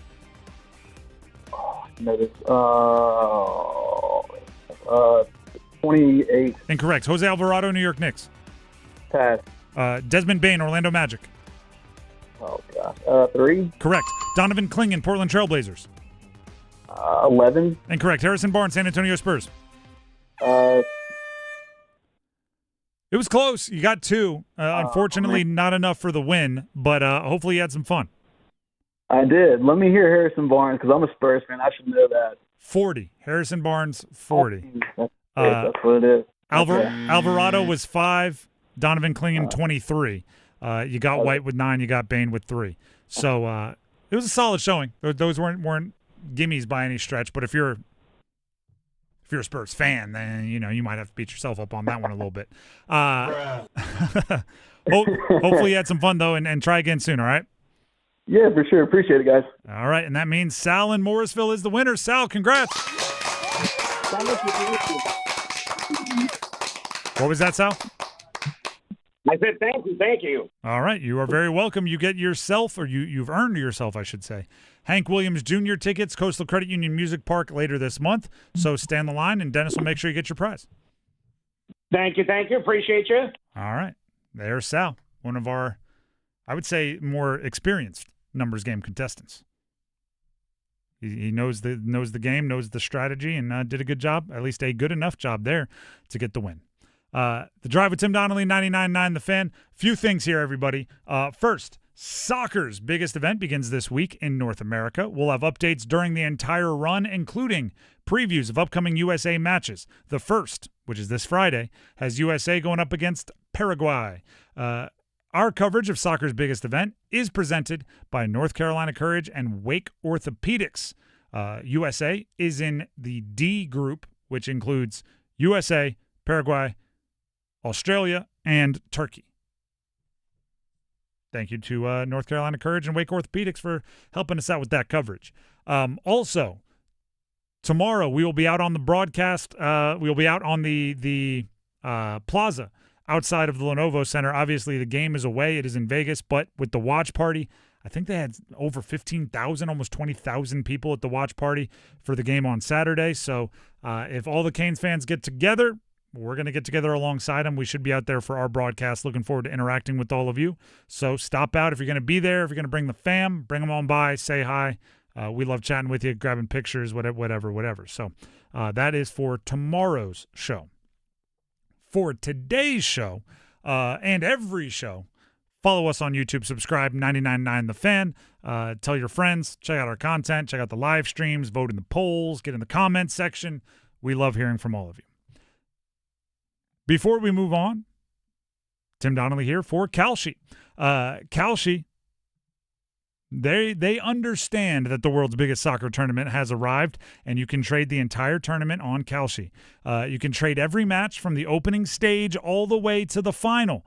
And I said it earlier, but there's options here if you're trading on the biggest soccer tournament in the world. Spain, quite literally right now, is betting with the highest, or I should say trading with the highest chance to win the whole thing, 16.5%.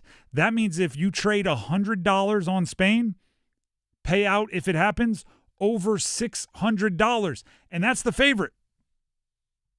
So if you keep going down the market, you can find, USA trading at 1.6%, which means a $100 bet, $100 trade would pay out at over $6,200. Keep that in mind as you make your picks. And keep in mind that on Kalshi, you're trading against peers in a live market, meaning there's no house. And as the probability changes, you can buy in and out of your position. For a limited time, you'll want to hear this. Download the Kalshi app and use code TIMD, T-I-M-D, with no spaces to get $10 when you trade 10. K-A-L-S-H-I, Kalshi. Trade on the beautiful game. 18 plus. Only. Restrictions and eligibility requirements apply. Event contract trading involves risk and may not be suitable for all investors. Prices, values, and available markets may differ from those mentioned. For more information, see kalshi.com/regulatory. And also, gambling problem? Call 877-718-5543 or visit morethanagame.nc.gov. We'll be back to talk more Carolina Hurricanes and Vegas as they head to Game 4 tomorrow. Got to have a game for the Canes. Stick around. One goal. Let's go, Canes! Hall coming in. Backhand, Dovership. Blake to the rebound. He scores! Oh, the Hurricanes are just pouring it on. Hoist Lord Stanley's Cup. Let's go, Canes! Aho now to Jarvis. Jarvis, go get the Giants. Your official home for the Eastern Conference champion Carolina Hurricanes. 99.9 The Fan. Hello, I'm John Heister for the Heister Automotive Group. And we're constantly looking for ways to serve you better. One of the ways we do that is with something we call a Go-See. And that's where you select a vehicle from our inventory, and we have thousands, and we get one of our product specialists to bring that vehicle to you at your convenience. How do we do that? Well, it's simple. We have a group of employees that are evaluated based on the number of presentations they do. They're glad to do it. So it's just one more way we get off our keister and bring Heister to you. When you own your own business, you need to keep things moving. Need to book a last-minute flight? Earn a $300 travel credit to cover that. Need to take a meeting before takeoff? Do it from the comfort of the Chase Sapphire Lounge by the club. Need to catch your breath before you board?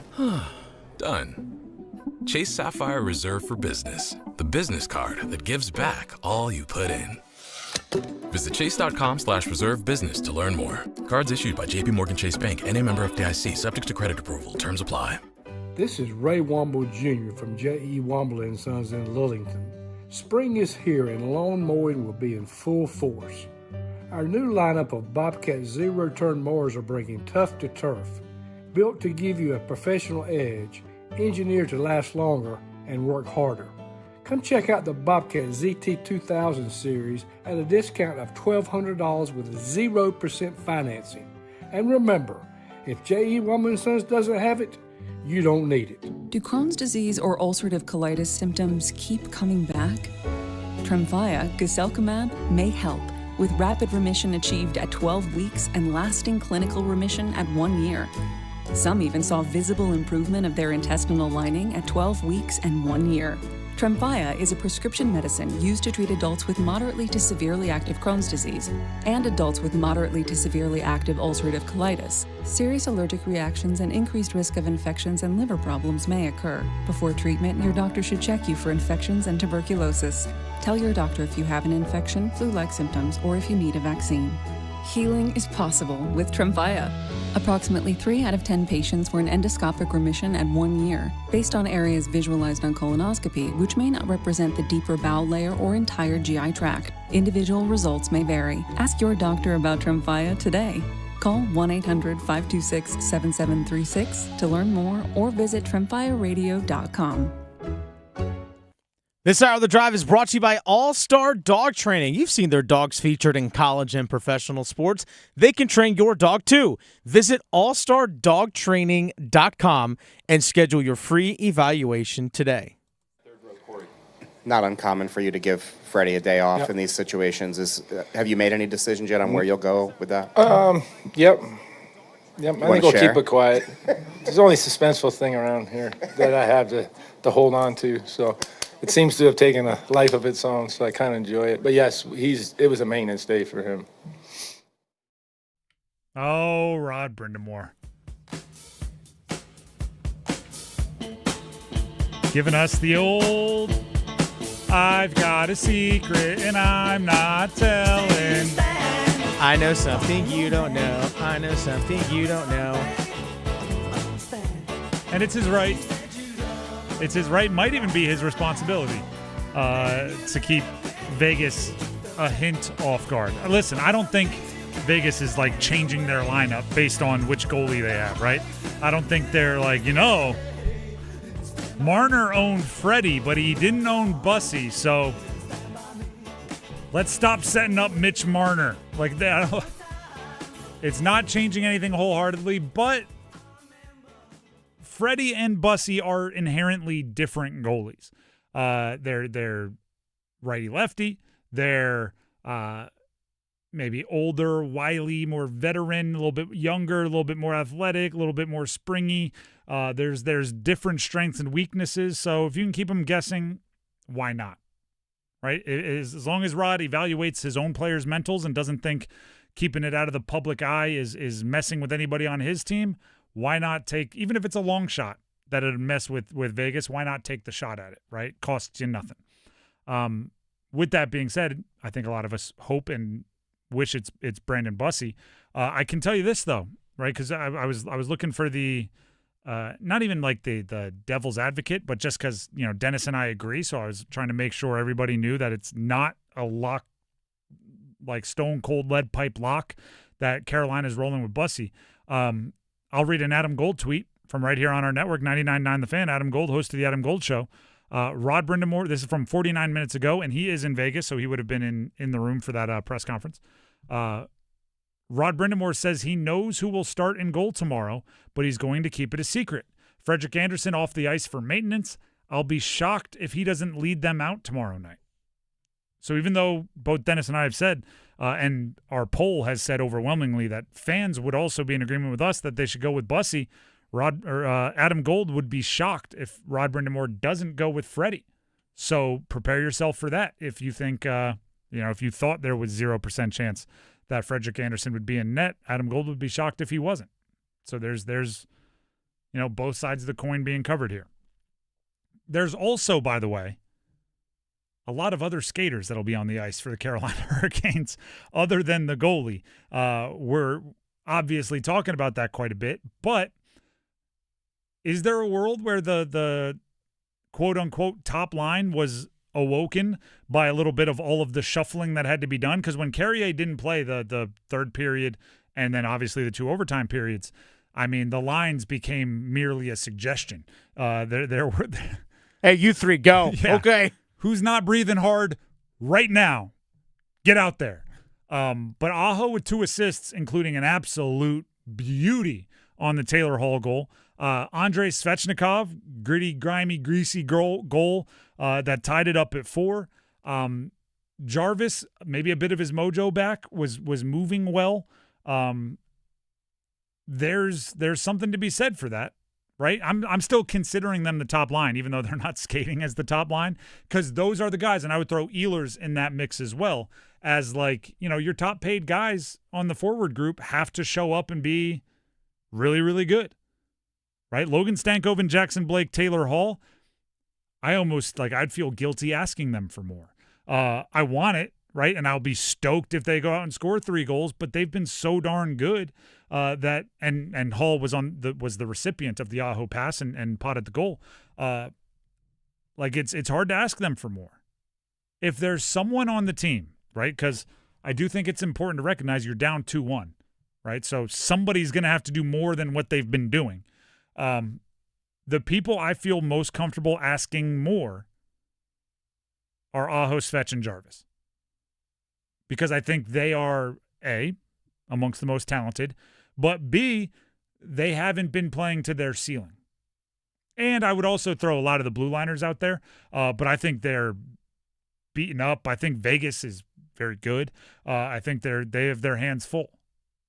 They need to be better, especially than they were in the second period, but I think they have their hands full.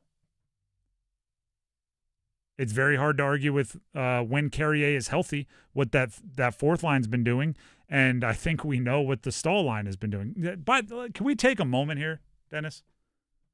Can we take a moment to address Jordan Stahl?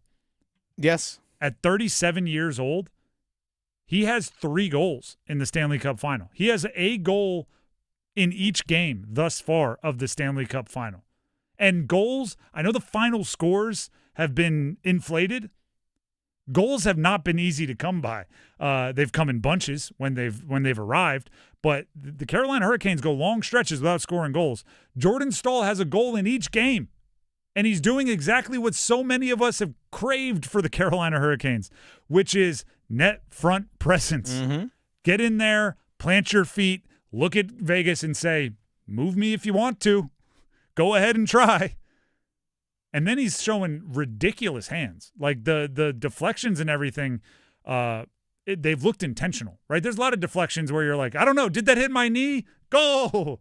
He's kind of doing it. And I want that to be addressed because when games are so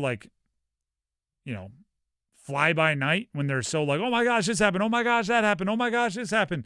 Sometimes we don't take the time to settle in and go, can we talk about that one thing that just happened?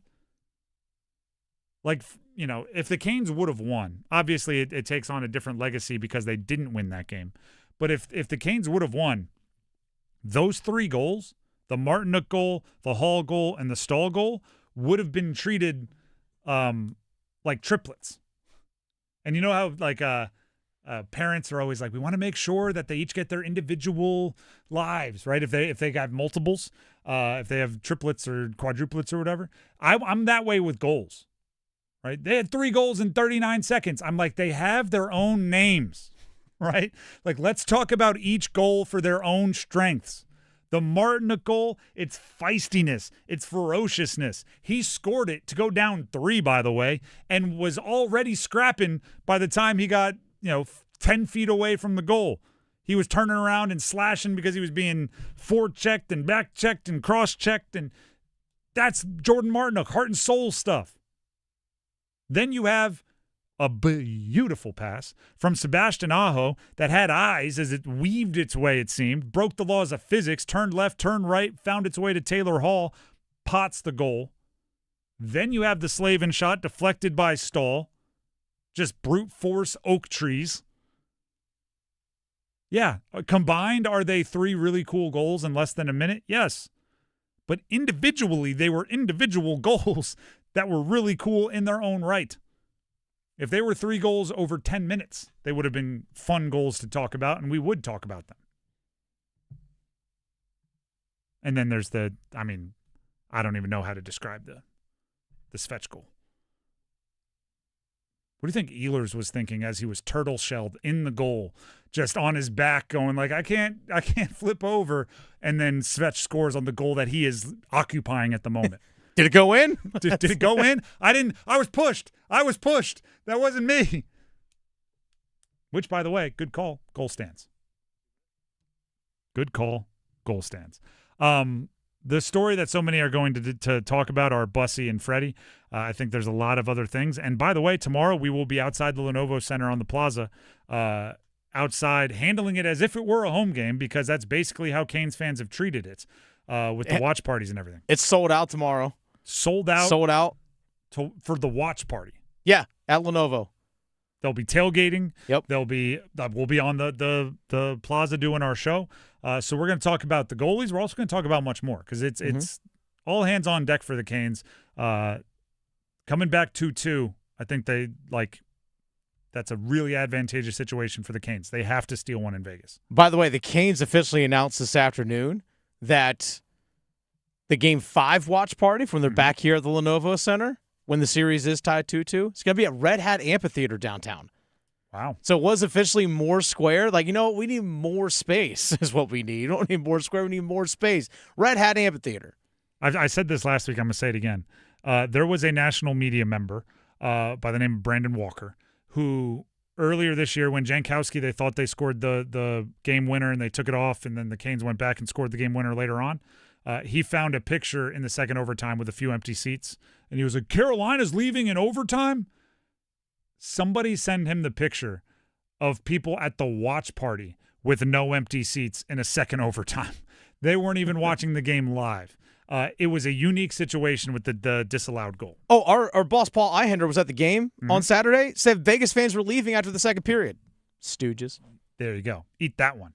The Drive with Tim Donnelly, 99.9 The Fan. Overdrive coming up next. More Bussi versus Freddie conversation. Stick around. We'll see you tomorrow from the plaza. Have a great night, everybody.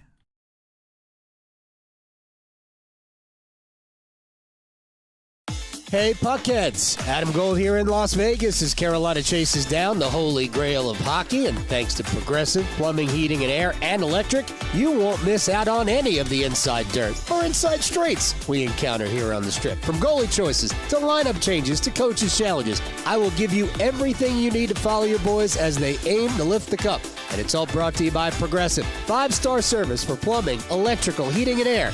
You know what they say, always bet on black.